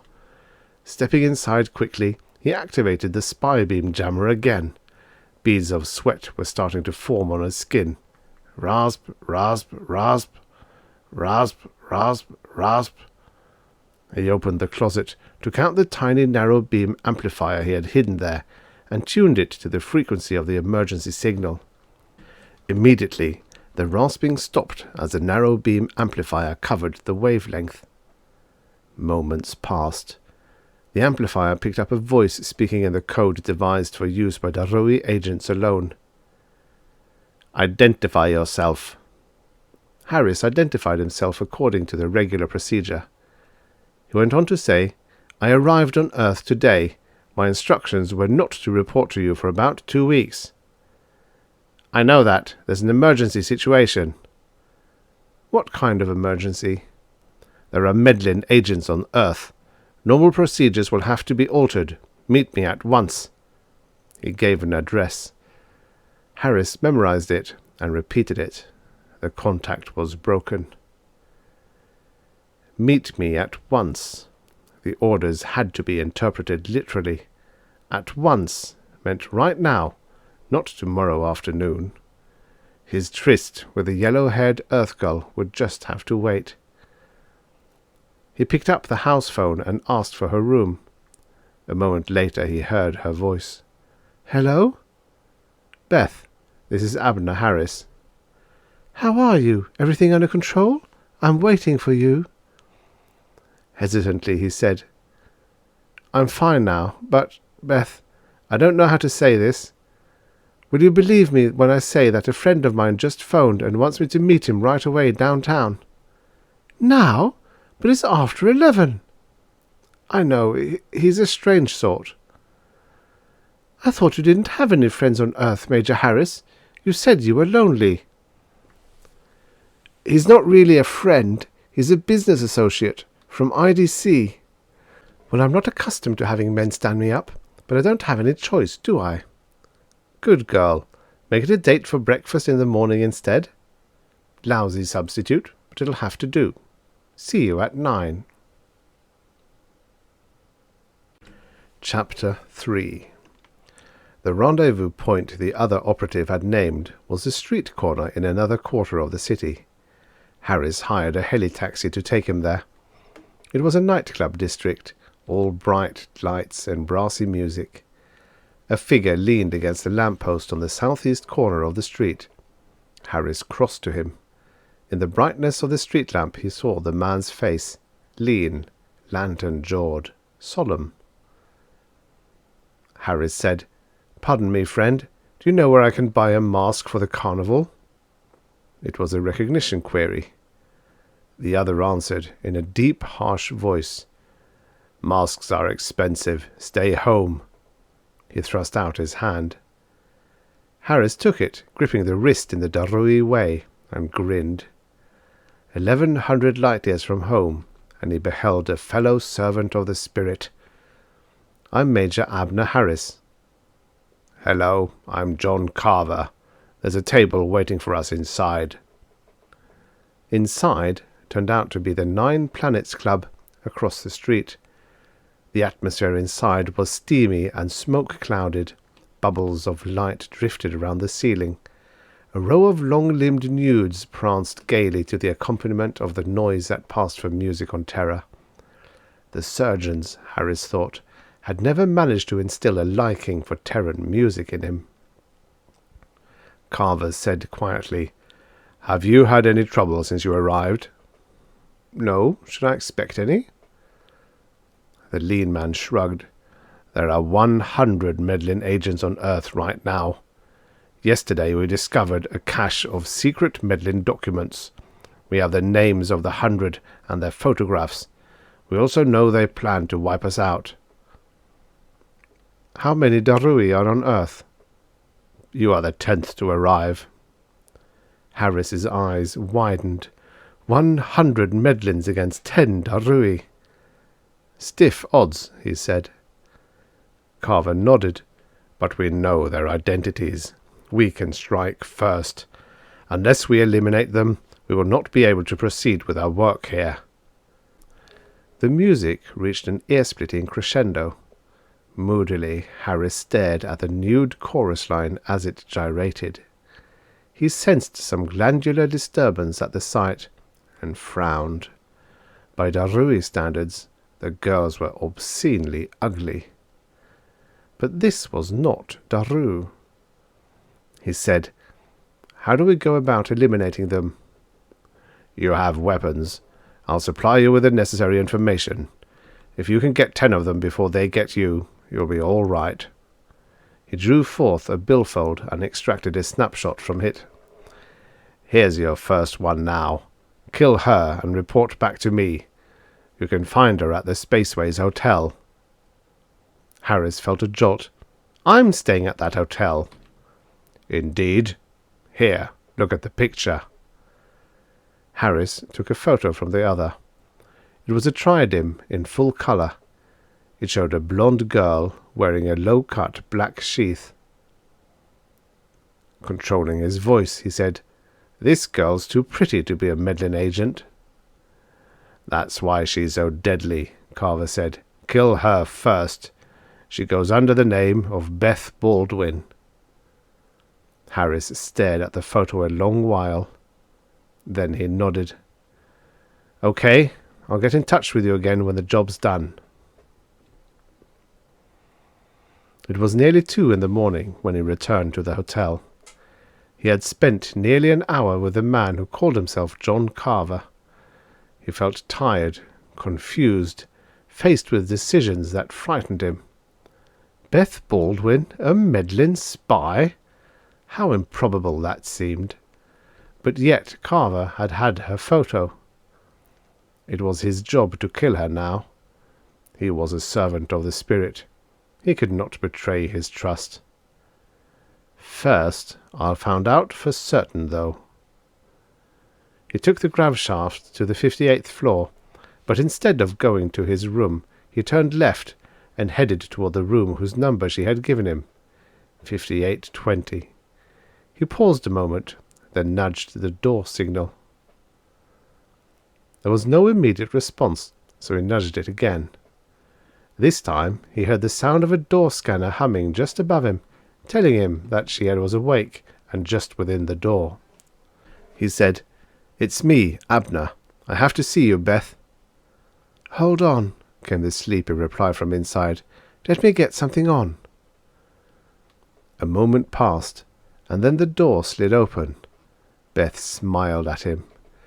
She had put something on, but the something had not been much. A flimsy gown that concealed her body as if she were wearing so much gauze. But Harris was not interested in her body just now, attractive though it was. She held a tiny glittering weapon in her hand. Harris recognized the weapon.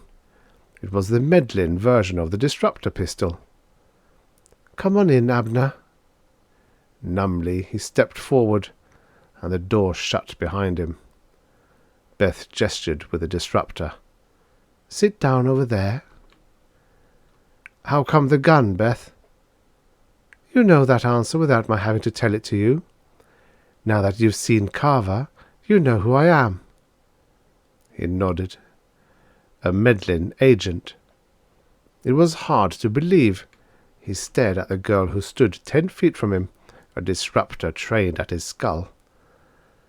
The Medlin surgeons evidently were as skillful as those of Daru, it seemed, for the wiry, pebble-skinned Medlins were even less humanoid than the Darui, and yet he would swear that those breasts, the flaring hips, the long, well-formed legs, were genuine. She said, "We had information on you from the moment you entered the orbit of Earth, Abner. Or should I say, Kilom?" "How did you know that name?" She laughed lightly. "The same way I know you are from Daru, the same way I knew the exact moment you were going to come out of your room before." "The same way you knew I was coming here to kill you just now?" She nodded. Harris frowned. Medlins aren't telepathic. There isn't a single telepathic race in the galaxy. "None that you know about, anyway." "What do you mean by that?" "Nothing," she said. He shrugged. Apparently the Medlin spy system was formidably well organized.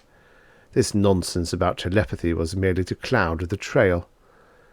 But the one fact about which there was no doubt was, "I came here to kill you," Harris said, "but you trapped me. I guess you'll kill me now." "Wrong. I just want to talk," she said. "If you want to talk, put some clothing on. Having you sitting around like this disturbs my powers of conversation." She said pleasantly, "Oh? You mean this artificial body of mine stirs some response in that artificial body of yours? How interesting!" Without turning her back on him, she drew a robe from the closet and slipped it on over the flimsy gown. "There. Is that easier on your glandular balance?" "Somewhat." The Darui began to fidget. There was no way he could activate his emergency signal without moving his hands, and any sudden hand motion was likely to be fatal. He sat motionless while sweat streamed down the skin they had grafted to his own. Beth said, "You're one of 10 Darui on Earth. Others are on their way, but there are only 10 of you here now. Correct me if I'm wrong." "Why should I?" Harris said tightly. She nodded. "A good point. But I assure you, we have all the information about you we need, so you needn't to try to make tales. To continue, you and your outfit are here for the purpose of subverting Terran allegiance and winning Earth over to the side of Daru. And you Medlins are here for much the same kind of reason." "That's where you're wrong," the girl said. "We're here to help the Terrans, not to dominate them. We Medlins don't believe in violence if peaceful means will accomplish our goals." "Very nice words," Harris said. "But how can you help the Terrans?" "It's a matter of genetics. This isn't the place to explain in detail." He let that pass. "So you deliberately threw yourself in contact with me earlier, let me take you out to dinner, walked around arm in arm, and all this time you knew I was a disguised Darui?" "Of course. I also knew that when you pretended to be sick it was because you had had contact your chief operative, and that's when you said you were going to visit a friend you were attending an emergency rendezvous. I also knew what your friend Carver was going to tell you to do, which is why I had my gun ready when you rang." He stared at her. "Suppose I hadn't gotten that emergency message. We were going to come here and drink and probably make love. Would you have gone to bed with me even knowing what you know?" "Most likely," she said without emotion. "It would have been interesting to see what sort of biological reactions the Darui surgeons are capable of building." A flash of hatred ran through Harris Kilom. He had been raised to hate Medlins anyway. They were the ancestral enemies of his people, galactic rivals for 4,000 years or more. Only the fact that she was clad in the flesh of a handsome earth gull had kept Harris from feeling his normal revulsion for a Medlin. But now it surged forth at this revelation of her calm and callous biological curiosity. He wondered how far her callousness extended, also how good her aim was. He mastered his anger and said, "That's a pretty cold-blooded way of thinking, Beth." "Maybe. I'm sorry about it." "I bet you are." She smiled at him. "Let's forget about that, shall we? I want to tell you a few things." "Such as?" "For one, did you know that you're fundamentally disloyal to the Darui cause?" Harris laughed harshly. "You're crazy." "Afraid not. Listen to me, Abner. You're homesick for Daru. You never wanted to come here in the first place. You were born into a caste that has certain obligations, and you're fulfilling those obligations. But you don't know very much about what you're doing here on Earth, and for half a plugged unit you'd give the whole thing up and go back to Daru." "Very clever," he said stonily. "Now give me my horoscope for the next 6 months." "Easy enough. You'll come to our headquarters and learn why my people are on Earth." "I know that one already." "You think you do," she said smoothly. "Don't interrupt. You'll learn why we're on Earth. Once you've seen that, you'll join us and help to protect Earth against Daru." "And why will I do all these incredible things?" "Because it's in your personality makeup to do them, and because you're falling in love." "With a lot of fake female flesh plastered over a scrawny Medlin body? Ha!" She remained calm. Harris measured the distance between them, wondering whether she would use the weapon after all. A disruptor broiled the neural tissue. Death was instantaneous and fairly ghastly. He decided to risk it. His assignment was to kill Medlins, not to let himself be killed by them. He had nothing to lose by making the attempt. In a soft voice he said, "You didn't answer. Do you really think I'd fall in love with something like you?" "Biologically, we're Earthers now, not Medlins or Darui. It's possible." "Maybe you're right. After all, I did ask you to cover yourself up." He smiled and said, "I'm all confused. I need time to think things over."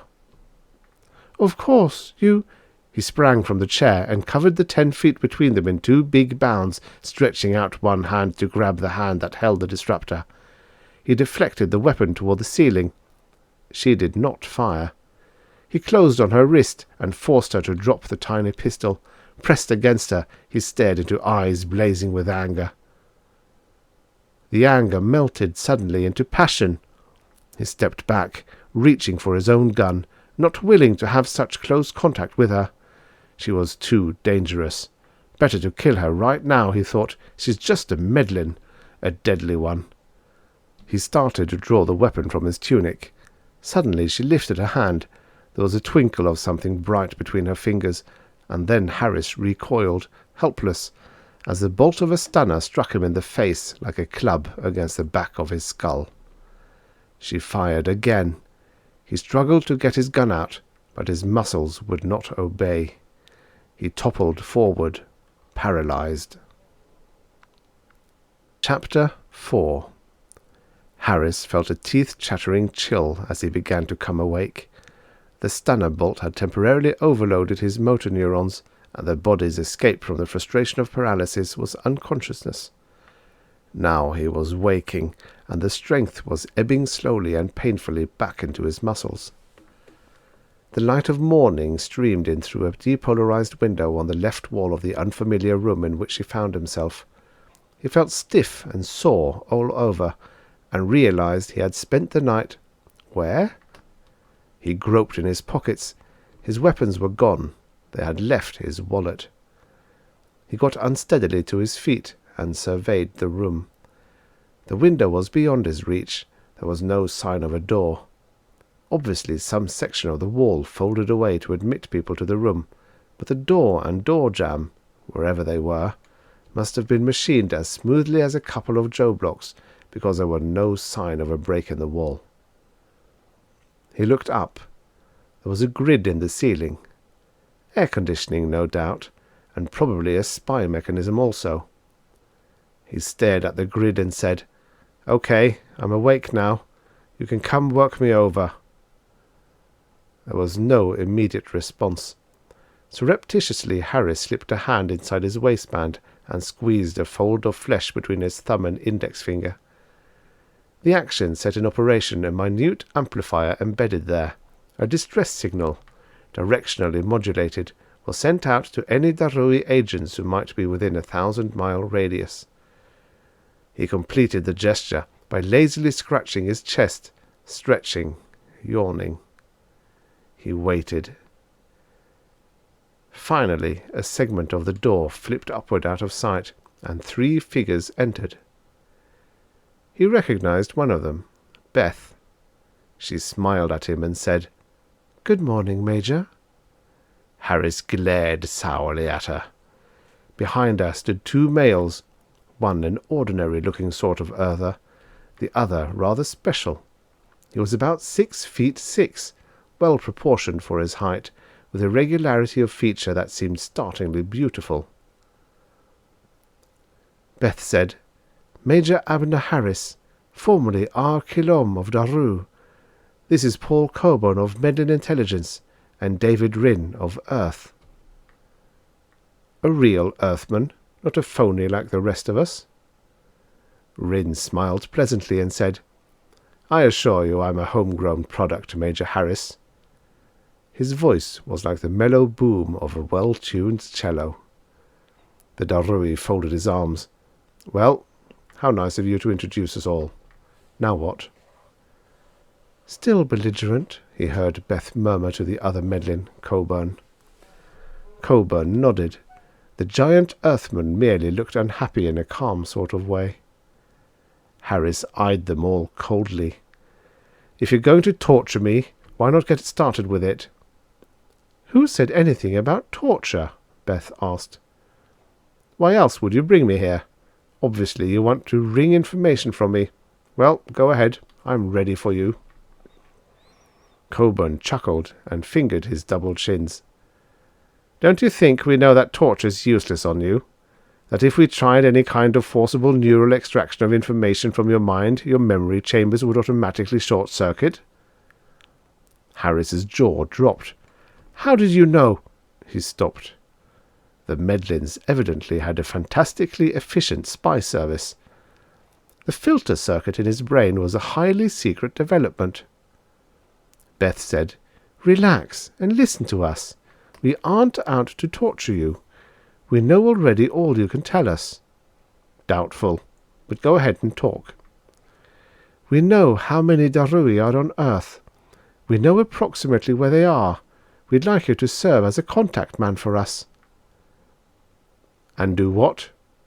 "Kill the other 9 Darui on Earth," Beth said simply. Harris smiled. "Is there any special reason why I should do this?" "For the good of the universe." He laughed derisively. "For the good of Medlin, you mean?" "No, listen to me. When we arrived on Earth, it was years ago, by the way, we quickly discovered that a new race was evolving here. A super race, you might say. One with abnormal physical and mental powers. But in most cases, children of this new race were killed or mentally stunted before they reached maturity. People tend to resent being made obsolete, and even a super child is unable to defend himself until he's learned how. By then, it's usually too late." It was a nice fairy tale, Harris thought. He made no comment, but listened with apparent interest. Beth continued, "We discovered isolated members of this new race here and there on Earth. We decided to help them, knowing they would help us some day when it became necessary. We protected these children. We brought them together and raised them in safety. David Rynn here is one of our first discoveries." Harris glanced at the big Earthman. "So you're a Superman?" Rynn smiled. I'm somewhat better equipped for life than most other Earthmen. My children will be as far beyond me as I am beyond my parents. Our purpose here on Earth is to aid this evolving race until it's capable of taking care of itself, which won't be too long now. There are more than 100 of them, of which 30 are adult, but now Darui agents have started to arrive on Earth. Their purpose is to obstruct us, to interfere with our actions, and to win Earth over to what they think is their cause. They don't see that they're backing a dead horse. Tell me, Harris said, what's your motive in bringing into being this super race? Motive? Beth said. You Darui always think in terms of motives, don't you? Profit and reward. Major, there's nothing in this for us but the satisfaction of knowing that we're bringing something wonderful into being in the universe. Harris swallowed that with much salt. The concept of altruism was not unknown on Daru, certainly, but it seemed highly improbable that a planet would go to the trouble of sending emissaries across space for the sole purpose of serving as midwives to an emerging race of super beings on Earth. No, he thought. It was simply part of an elaborate propaganda maneuver whose motives did not lie close to the surface. There were no supermen. Rin was probably a Medlin himself, on whom the surgeons had done a specially good job. Whatever the Medlins' motive, he determined to play along with them. By now Carver had probably picked up his distress signal and had worked out the location of the place where he was being held. He said, "So you're busily raising a breed of super Earthmen, and you want me to help? How?" "We told you. By disposing of your comrades before they make things complicated for us." "You're asking me to commit treason against my people, in other words." "We know what sort of a man you are," Beth said. "You aren't in sympathy with the Darui imperialistic ideals. You may think you are, but you aren't." "I'll play along," Harris thought. He said, "You're right. I didn't want to take the job on Earth in the first place. What can I do to help?" Coburn and Beth exchanged glances. The Earthman, Rin, merely smiled. Beth said, "I knew you'd cooperate. The first target is the man who calls himself Carver. Get rid of him, and the Darui agents are without a nerve center. After him, the other 8 will be easy targets." "How do you know I won't trick you once you've released me?" Harris said. Coburn said, "We have ways of keeping watch." Harris nodded. "I'll go after Carver first. I'll get in touch with you as soon as he's out of the way." It seemed too transparent, Harris thought, when they had set him loose. He found himself in a distant quarter of the city, nearly an hour's journey by heli-taxi from his hotel. All this talk of Superman and altruism. It made no sense, he thought. But Medlin propaganda was devious stuff, and he had good reason to distrust it. Were they as simple as all that, though, to release him merely on his promise of good faith? If they were truly altruistic, of course, it made sense. But he knew the Medlins too well to believe that. Darkly, he thought he must be part of some larger Medlin plan. Well, let Carver worry about it, he thought. Though he was hungry, he knew he had no time to bother about breakfast until he got in touch with the Darui chief agent. He signalled for a heli-taxi and gave his destination as the Spaceways Hotel. When he finally arrived, 50 minutes later, he headed straight for his room, activated the narrow-beam communicator, and waited until the metallic voice from the speaker said in code, "Carver here." Harris speaking. "You've escaped?" "They set me free. It's a long story. Did you get a directional fixed on the building?" "Yes. Why did they let you go?" "I promised to become a Medlin secret agent," Harris said. "My first assignment is to assassinate you." The chuckle that came from the speaker grid held little mirth. Carver said, "Fill me in on everything that happened to you since last night." "For one thing, the Medlins know everything. But everything. When I went to visit the girl last night, she was waiting for me with a gun. She stunned me and carted me off to the Medlin headquarters. When I woke up, they gave me some weird line about raising a breed of super Earthmen, and would I help them in this noble cause? You agreed? Of course. They let me go, and I'm supposed to eradicate all the Darui on Earth, beginning with you. The others are well scattered, Carver said. They seem to know where they are. Carver was silent for a moment. Then he said, We'll have to strike at once. We'll attack the Medlin headquarters and kill as many as we can. Do you really think they trust you? Either that, or they're using me as bait for an elaborate trap, Harris said. That's more likely. Well, we'll take their bait, only they won't be able to handle us once they've caught hold of us. Carver broke contact. Carefully, Harris packed their equipment away again. He breakfasted in the hotel restaurant after a prolonged session under the molecular shower bath to remove the fatigue and grime of his night's imprisonment.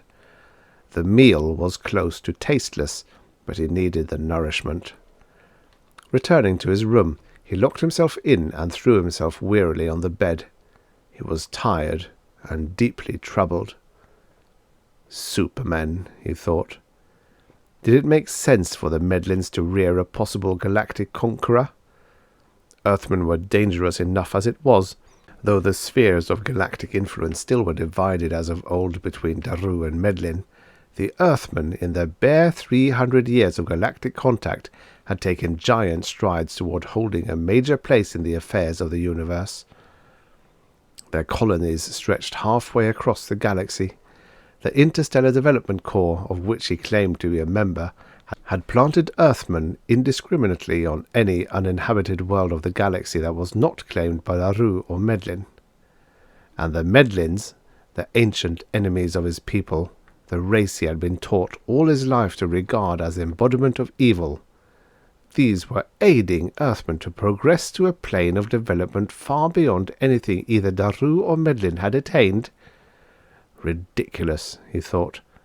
No race breeds its own destruction knowingly, and the Medlins are no fools. Certainly not fools enough to let me go on a mere promise that I'll turn traitor and aid them, he thought. He shook his head. After a while he uncorked his precious flask of Darui wine and poured a small quantity. The velvet-textured dark wine of his homeworld soothed him a little, but the ultimate result was simply to increase his already painful longing for home. Soon, he thought, it would be harvest time, and the first bottles of new wine would reach the shop. This would be the first year that he had not tasted the year's vintage while it still held a bouquet of youth. Instead, I find myself on a strange planet in a strange skin, caught up in the coils of the devil Medlins. He scowled darkly, and took another sip of wine to ease the ache his heart felt. Chapter 5. A day of nerve-twisting inactivity passed. Harris did not hear from Carver, nor did any of the Medlins contact him. Once he checked Beth Baldwin's room at the hotel, but no one answered the door, and when he inquired at the desk he learned that she had moved out earlier in the day, leaving no forwarding address. It figured. She had established quarters in the hotel only long enough to come in touch with him, and that done, had left. Regretfully, Harris wished he had had a chance to try that biological experiment with her after all. Medlin though she was, his body was now Terran-oriented, and it might have been an interesting experience. Well, no chance for that now. He ate alone in the hotel restaurant, and kept close to his room all day. Toward evening his signal amplifier buzzed. He activated the communicator and spoke briefly with Carver, who gave him an address and ordered him to report there immediately. It was a shabby, old-fashioned building far to the east at the edge of the river. He rode up 8 stories in a grav shaft that vibrated so badly he expected to be hurled back down at any moment, and made his way down a poorly lit dusty corridor to a weather-beaten door that gave off the faint yellow glow that indicated a protection field. Harris felt a gentle tingling in his stomach that told him he was getting a radionic scanning. Finally, the door opened. Carver said to him, "Come in." There were 4 others in the room, a pudgy balding man named Reynolds, a youthful smiling man who called himself Tompkins, a short cold-eyed man introduced as MacDermott, and a lanky fellow who spoke his name drawlingly as Patterson. As each of them in turn was introduced, he gave the Darui recognition signal. "The other 4 of us are elsewhere in the eastern hemisphere of Earth," Carver said, "but 6 should be enough to handle the situation." Harris glanced at his 5 comrades. "What are you planning to do?" "Attack the Medlins, of course. We'll have to wipe them out at once." Harris nodded. Inwardly he felt troubled. It seemed to him now that the Medlins had been strangely sincere in releasing him, though he knew that that was preposterous. He said, "How?" "They trust you. You're one of their agents, so far as they think." "Right. You'll return to them and tell them you've disposed of me as instructed. Only you'll be bearing a subsonic on your body. Once you're inside, you activate it and knock them out. You'll be shielded." "And I kill them when they're unconscious." "Exactly," Carver said. "You can't be humane with Medlins. It's like being humane with blood-sucking bats or with snakes." The Darui called MacDermott said, "We'll wait outside until we get the signal that you've done the job. If you need help, just let us know." Harris moistened his lips and nodded. "It sounds all right." Carver said, "Reynolds, insert the subsonic." The bald man produced a small metal pellet the size of a tiny bead, from which 3 tantalum filaments projected. He indicated to Harris that he should roll up his trousers to the thigh. Instead, Harris dropped them. Reynolds drew a scalpel from somewhere and lifted the flap of nerveless flesh that served as trapdoor to the network of devices underneath. With steady and quivering fingers, he affixed the bead to the minute wires already set in Harris's leg and closed the wound with nuplast. Carver said, "You activate it by pressing against the left hip neural nexus. It's self-shielding for a distance of 3 feet around you, so make sure none of your victims are any closer than that." "It radiates a pretty potent subsonic," Reynolds said. "Guaranteed knockout for a radius of 40 feet. "Suppose the Medlins are shielded against subsonics?" Harris asked. Carver chuckled. "This is a variable cycle transmitter. If they've perfected anything that can shield against a random wave, we might as well give up right now. But I'm inclined to doubt they have." All very simple, Harris thought as he rode across town to the Medlin headquarters. Simply walk in, smile politely, stun them all with the subsonic, and boil their brains with your disruptor. He paused outside the building, thinking. Around him, Earthmen hurried to their homes. Night was falling. The stars blanketed the sky, white flecks against dark cloth. Many of those stars swore allegiance to Daru, others to Medlin. Which was right? Which wrong? A block away, 5 fellow Darui lurked, ready to come to his aid if he had any trouble in killing the Medlins. He doubted that he would have a trouble, if the subsonic were as effective as Carver seemed to think. For 40 Darui years he had been trained to hate the Medlins. Now in a few minutes he would be doing what was considered the noblest act a servant of the spirit could perform, ridding the universe of a pack of them. Yet he felt no sense of anticipated glory. It would simply be murder, the murder of strangers. He entered the building. The Medlin headquarters were at the top of the building, in a large penthouse loft. He rode up in the grav shaft, and it seemed to him that he could feel the pressure of the tiny subsonic generator in his thigh. He knew that was just an illusion, but the presence of the metal bead irritated him all the same. He stood for a moment in his scanner field. A door flicked back suddenly out of sight, and a strange face peered at him. An Earthman face, on the surface of things at least. The Earthman beckoned to him. "I'm Armin Moulton," he said in a deep voice. "You're Harris?" "That's right." "Beth is waiting to see you." The subsonic has a range of 40 feet in any direction, Harris thought. No one should be closer to you than 3 feet. He was shown into an inner room well furnished with drapes and hangings. Beth stood in the middle of the room, smiling at him. She wore thick, shapeless clothes, quite unlike the seductive garb she had had on when Harris first collided with her. There were others in the room. Harris recognized the other Medlin, Coburn, and the giant named Rin, who claimed to be a super Earthman. There was another woman of Rin's size in the room, a great golden creature nearly a foot taller than Harris, and 2 people of normal size who were probably Medlins. "Well?" Beth asked. In a tight voice, Harris said, "He is dead. I've just come from there." "How did you carry it out?" "Disruptor," Harris said. "It was unpleasant, for me as well as him."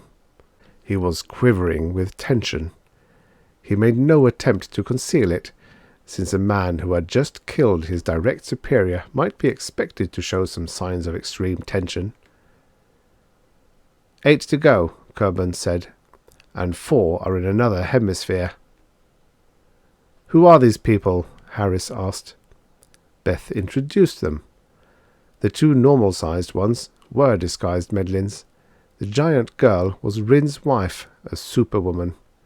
Harris frowned thoughtfully. There were 100 Medlin agents on Earth. 4 of them were right in this room, and it was reasonable to expect that 2 or 3 more might be within the 40-foot range of the concealed subsonic. Not a bad haul at all. Harris began to tremble. Beth said, "I suppose you don't even know who and where the other Darui are yourself, do you?" Harris shook his head. "I've only been on Earth a couple of days, you know. There wasn't time to make contact with anyone but Carver. I have no idea how to do so." He stared levelly at her. The expression on her face was unreadable. It was impossible to tell whether she believed he had actually killed Carver. "Things have happened fast to you, haven't they?" she said. She drew a tridim photo from a case and handed it to Harris. "This is your next victim. He goes under the name of Reynolds here. He's the second in command, first in command now since Carver's dead." Harris studied the photo. It showed the face of the bald-headed man who had inserted the subsonic beneath the skin of his thigh. Tension mounted in him. He felt the faint rasp, rasp, rasp in his stomach that was agreed upon code. Carver, waiting nearby, wanted to know if he was having any trouble. Casually, Harris kneaded his side, activating the transmitter. The signal he sent out told Carver that nothing had happened yet, that everything was all right. He handed the photo back to Beth. "I'll take care of him," he said. "I press the neural nexus in the left hip and render them unconscious. Then I kill them with a disruptor and leave. Very simple." He looked at Beth and thought that in a few minutes she would lie dead, along with Coburn and the other 2 Medlins and these giants who claimed to be Earthmen. He tensed. His hand stole toward his hip. Beth said, "It must have been a terrible nervous strain, killing him. You look very disturbed." "You've overturned all the values of my life," Harris said glibly. "That can shake a man up." "You didn't think I'd succeed," Beth said triumphantly to Coburn. To Harris she explained, "Coburn didn't think you could be trusted. "I can't," Harris said bluntly. He activated the concealed subsonic. The first waves of inaudible sound rippled out, ignoring false flesh and striking through to the meddling core beneath. Protected by a 3-foot shield, Harris nevertheless felt sick to the stomach, rocked by the reverberating sound waves that poured from the pellet embedded in his thigh. Coburn was reaching for his weapon, but he never got to it. His arm drooped slackly. He slumped over. Beth dropped. The other 2 Medlins fell. Still the subsonic waves poured forth.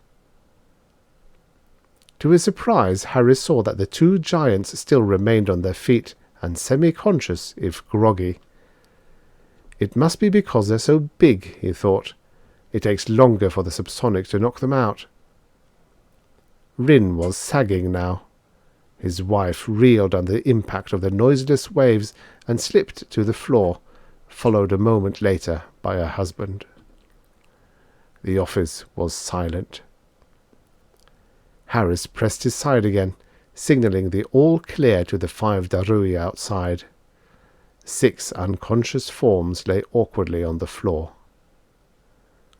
He found the switch that opened the door, pulled it down, and peered out into the hall. 3 figures lay outside, unconscious. A 4th was running toward them from the far end of the long hall, shouting, "What happened? What's going on?" Harris stared at him. The Medlin ran into the 40-foot zone and recoiled visibly. He staggered forward a few steps and fell, joining his comrades on the thick velvet carpet. 10 of them, Harris thought. He drew the disruptor. It lay in his palm, small, deadly.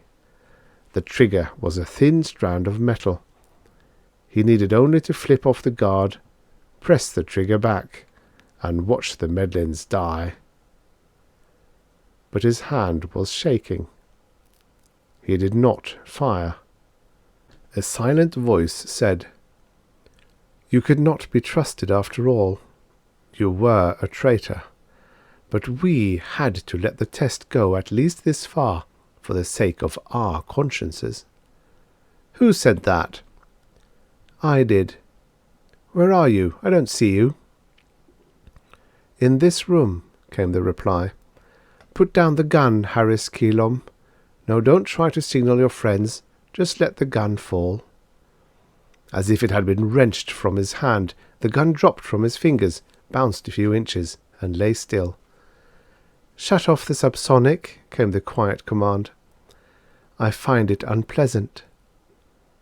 Obediently, Harris deactivated the instrument. His mind was held in some strange stasis. He had no private volitional control. "Who are you?"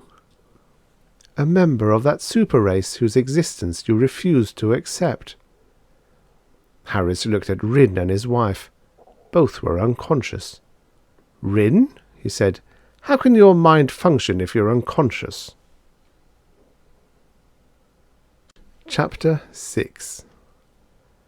Gently Harris felt himself falling toward the floor. It was as if an intangible hand had yanked his legs out from under him and eased him down. He lay quiescent, eyes open, neither moving nor wanting to move. The victims of the subsonic slowly returned to consciousness as the minutes passed. Beth woke first.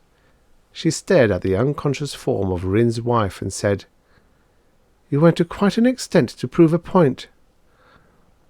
"You are in no danger," came the answer. The others were awakening now, sitting up, rubbing their foreheads. Harris watched them. His head throbbed too, as if he had been stunned by the subsonic device himself. "Suppose you had been knocked out by the subsonic too," Beth said to the life within the giant woman. "He would have killed us." "The subsonic could not affect me." Harris said, "That embryo can think and act?" His voice was a harsh whisper. Beth nodded. "The next generation. It reaches sentience while still in the womb. By the time it's born, it's fully aware." "And I thought it was a hoax," Harris said dizzily. He felt dazed. The values of his life had been shattered in a moment, and it would not be easy to repair them with similar speed. No hoax. And we knew you'd try to trick us when we let you go. At least, Rin said you would. He's telepathic too, though he can only receive impressions. He can't transmit telepathically to others the way his son can." "If you knew what I'd do, why did you release me?" Harris asked. Beth said, "Call it a test. I hoped you might change your beliefs if we let you go. You didn't." "No. I came here to kill you." "We knew that the moment you stepped through the door. But the seed of rebellion was in you. We hoped you might be swayed. You failed us." Harris bowed his head. The signal in his body rasped again, but he ignored it. Let Carver sweat out there. This thing is bigger than anything Carver ever dreamed of. "Tell me," he said, "don't you know what will happen to Medlin, and Daru as well, once there are enough of these beings?" "Nothing will happen. Do you think they're petty power seekers, intent on establishing a galactic dominion?" The girl laughed derisively. "That sort of thinking belongs to the obsolete non-telepathic species. Us. The lower animals. These new people have different goals." "But they wouldn't have come into existence if you Medlins hadn't aided them," Harris protested. "Obsolete? Of course, and you've done it." Beth smiled oddly. "At least we were capable of seeing the new race without envy. We helped them as much as we could because we knew they would prevail anyway, given time. Perhaps it would be another century, or another millennium. But our day is done, and so is the day of Daru, and the day of the non-telepathic Earthmen." "And our day, too," Rin said mildly. "We are the intermediates, the links between the old species and the new one that is emerging." Harris stared at his hands, the hands of an Earthman, with Darui flesh within. He thought, all our striving is for nothing. A new race, a glorious race, nurtured by the Medlins, brought into being on Earth. The galaxy waited for them. They were demigods. He had regarded the Earthers as primitives, creatures with a mere few thousand years of history behind them, mere pale humanoids of no importance. But he was wrong. Long after Daru had become a hollow world, these Earthers would roam the galaxies. Looking up, he said, "I guess we made a mistake, we of Daru. I was sent here to help sway the Earthers to the side of Daru, but it's the other way around. It's Daru that will have to swear loyalty to Earth some day." "Not soon," Rin said. "The true race is not yet out of its childhood. 20 years more must pass, and we have enemies on Earth." "The old Earthmen," Coburn said. "How do you think they'll like being replaced? They're the real enemy, and that's why we're here, to help the mutants until they can stand fully alone. You Darui are just nuisances getting in our way." That would have been cause for anger once. Harris merely shrugged. His whole mission had been without purpose. But yet, a lingering doubt remained, a last suspicion. The silent voice of the unborn Superman said, "He still is not convinced." "I'm afraid he's right," Harris murmured. "I see and I believe, and yet all my conditioning tells me that it's impossible. Medlins are hateful creatures. I know that intuitively." Beth smiled. "Would you like a guarantee of our good faith?" "What do you mean?" To the womb-bound godling, she said, "Link us." Before Harris had a chance to react, a strange brightness flooded over him. He seemed to be floating far above his body. With a jolt he realized where he was. He was looking into the mind of the Medlin who called herself Beth Baldwin, and he saw none of the hideous things he had expected to find in a Medlin mind. He saw faith and honesty and a devotion to the truth. He saw dogged courage. He saw many things that filled him with humility. The linkage broke. Beth said, "Now find the mind of his leader Carver and link him to that." "No," Harris protested, "don't." It was too late. He sensed the smell of Daru wine and the prickly texture of Thuar spines, and then the superficial memories parted to give him a moment's insight into the deeper mind of the Darui who wore the name John Carver. It was a frightening pit of foul hatreds. Shivering, Harris staggered backward, realizing that the earther had allowed him only a fraction of a second's entry into that mind.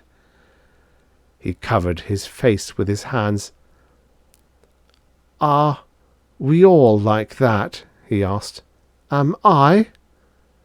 "No, not deep down," Beth said. "You got the outer layer of hatred that every Darui has, and every Medlin. But your core is good. Carver is rotten. So are the other Darui here." "Our races have fought for centuries," Coburn said. "A mistake on both sides that has hardened into blood hatred. The time has come to end it." "How about those Darui outside?" "They must die," Beth said. Harris was silent a moment. The 5 who waited for him were servants of the spirit, like himself, members of the highest caste of Darui civilization, presumably the noblest of all creation's beings. To kill one was to set himself apart from Daru forever. "My conditioning lies deep," he said. "If I strike a blow against them, I could never return to my native planet." "Do you want to return?" Beth asked. "Your future lies here, with us." Harris considered that. After a long moment, he nodded. "Very well. Give me back the gun. I'll handle the 5 Darui outside." Coburn handed him the disruptor he had dropped. Harris grasped the butt of the weapon, smiled, and said, "I could kill some of you now, couldn't I? It would take at least a fraction of a second to stop me. I could pull the trigger once." "You won't," Beth said. He stared at her. "You're right." He rode down alone in the grav shaft, and made his way down the street to the place where his 5 countrymen waited. It was very dark now, though the lambent glow of streetlights brightened the path. The stars were out in force now, bedecking the sky. Up there somewhere was Daru. Perhaps now was the time of the mating of the moons, he thought. Well, never mind. It did not matter now. They were waiting for him. As he approached, Carver said, "You took long enough. Well?" Harris thought of the squirming, ropey thoughts that nestled in the other's brain like festering, living snakes. He said, "All dead. Didn't you get my signal?" "Sure we did, but we were getting tired of standing around out here." "Sorry," Harris said. He was thinking, these are servants of the spirit, men of Daru. Men who think of Daru's galactic dominion only. Men who hate and kill and spy. "How many were there?" Reynolds asked. 5, Harris said. Carver looked disappointed. "Only 5?" Harris shrugged. "The place was empty. At least I got 5, though." He realized he was stalling, unwilling to do the thing he had come out here to do. A silent voice said within him, "Will you betray us again? Or will you keep faith this time?" Carver was saying something to him. He did not hear it. Carver said again, "I asked you, are there any important documents there?" "No," Harris said. A cold wind swept in from the river. Harris felt a sudden chill. He said to himself, "I will keep faith." He stepped back out of the 3-foot zone and activated the subsonic generator in his hip. "What?" Carver started to say, and fell. They all fell. Carver, Reynolds, Tompkins, McDermott, Patterson slipped to the ground and lay in huddled heaps. 5 Darui wearing the skins of earthmen. 5 servants of the spirit. He drew the disruptor. It lay in his hand for a moment. Thoughtfully he released the safety guard and squeezed the trigger. A bolt of energy flicked out, bathing Carver. The man gave a convulsive quiver and was still. Reynolds, Tompkins, McDermott, Patterson, all dead. Smiling oddly, Harris pocketed the disruptor again and started to walk away, walking uncertainly, as a nervous reaction started to swim through his body. He had killed 5 of his countrymen.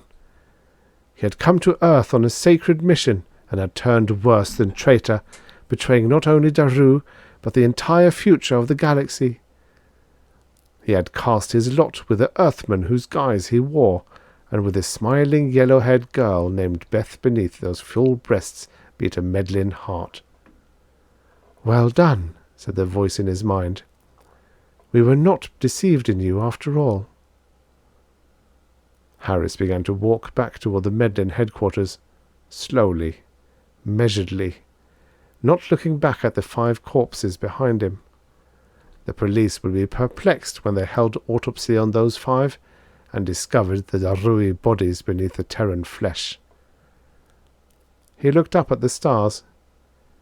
Somewhere out there was Daru, he thought, wrapped in its crimson mist, circled by its 7 moons. He remembered the mating of the moons as he had last seen it, the long-awaited, mind-stunning display of beauty in the skies.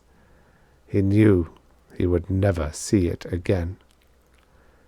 He could never return to Daru now.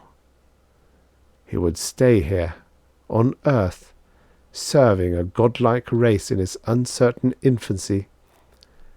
Perhaps he could forget that beneath the skin of Major Abner Harris lay the body and mind of Ard Kilom. Forget Daru.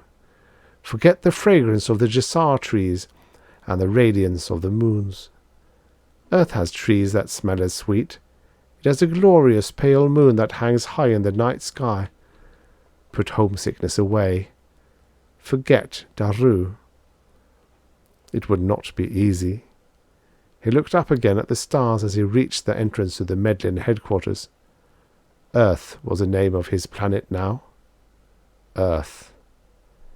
He took a last look at the speckled sky, covered with stars, and for the last time wondered which of the dots of brightness was Daru. Daru no longer mattered now. Smiling, Kilom turned his face away from the stars.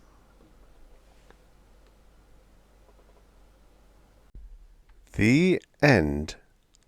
Subscribe for your daily stories of futures past.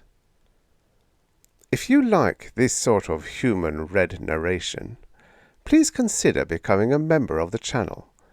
Members not only get rid of some of their unwanted money, but also may access the stories a whole week before everyone else. And that's it, really. Oh yes, the stories are and will remain AI-free. And free of charge, of course.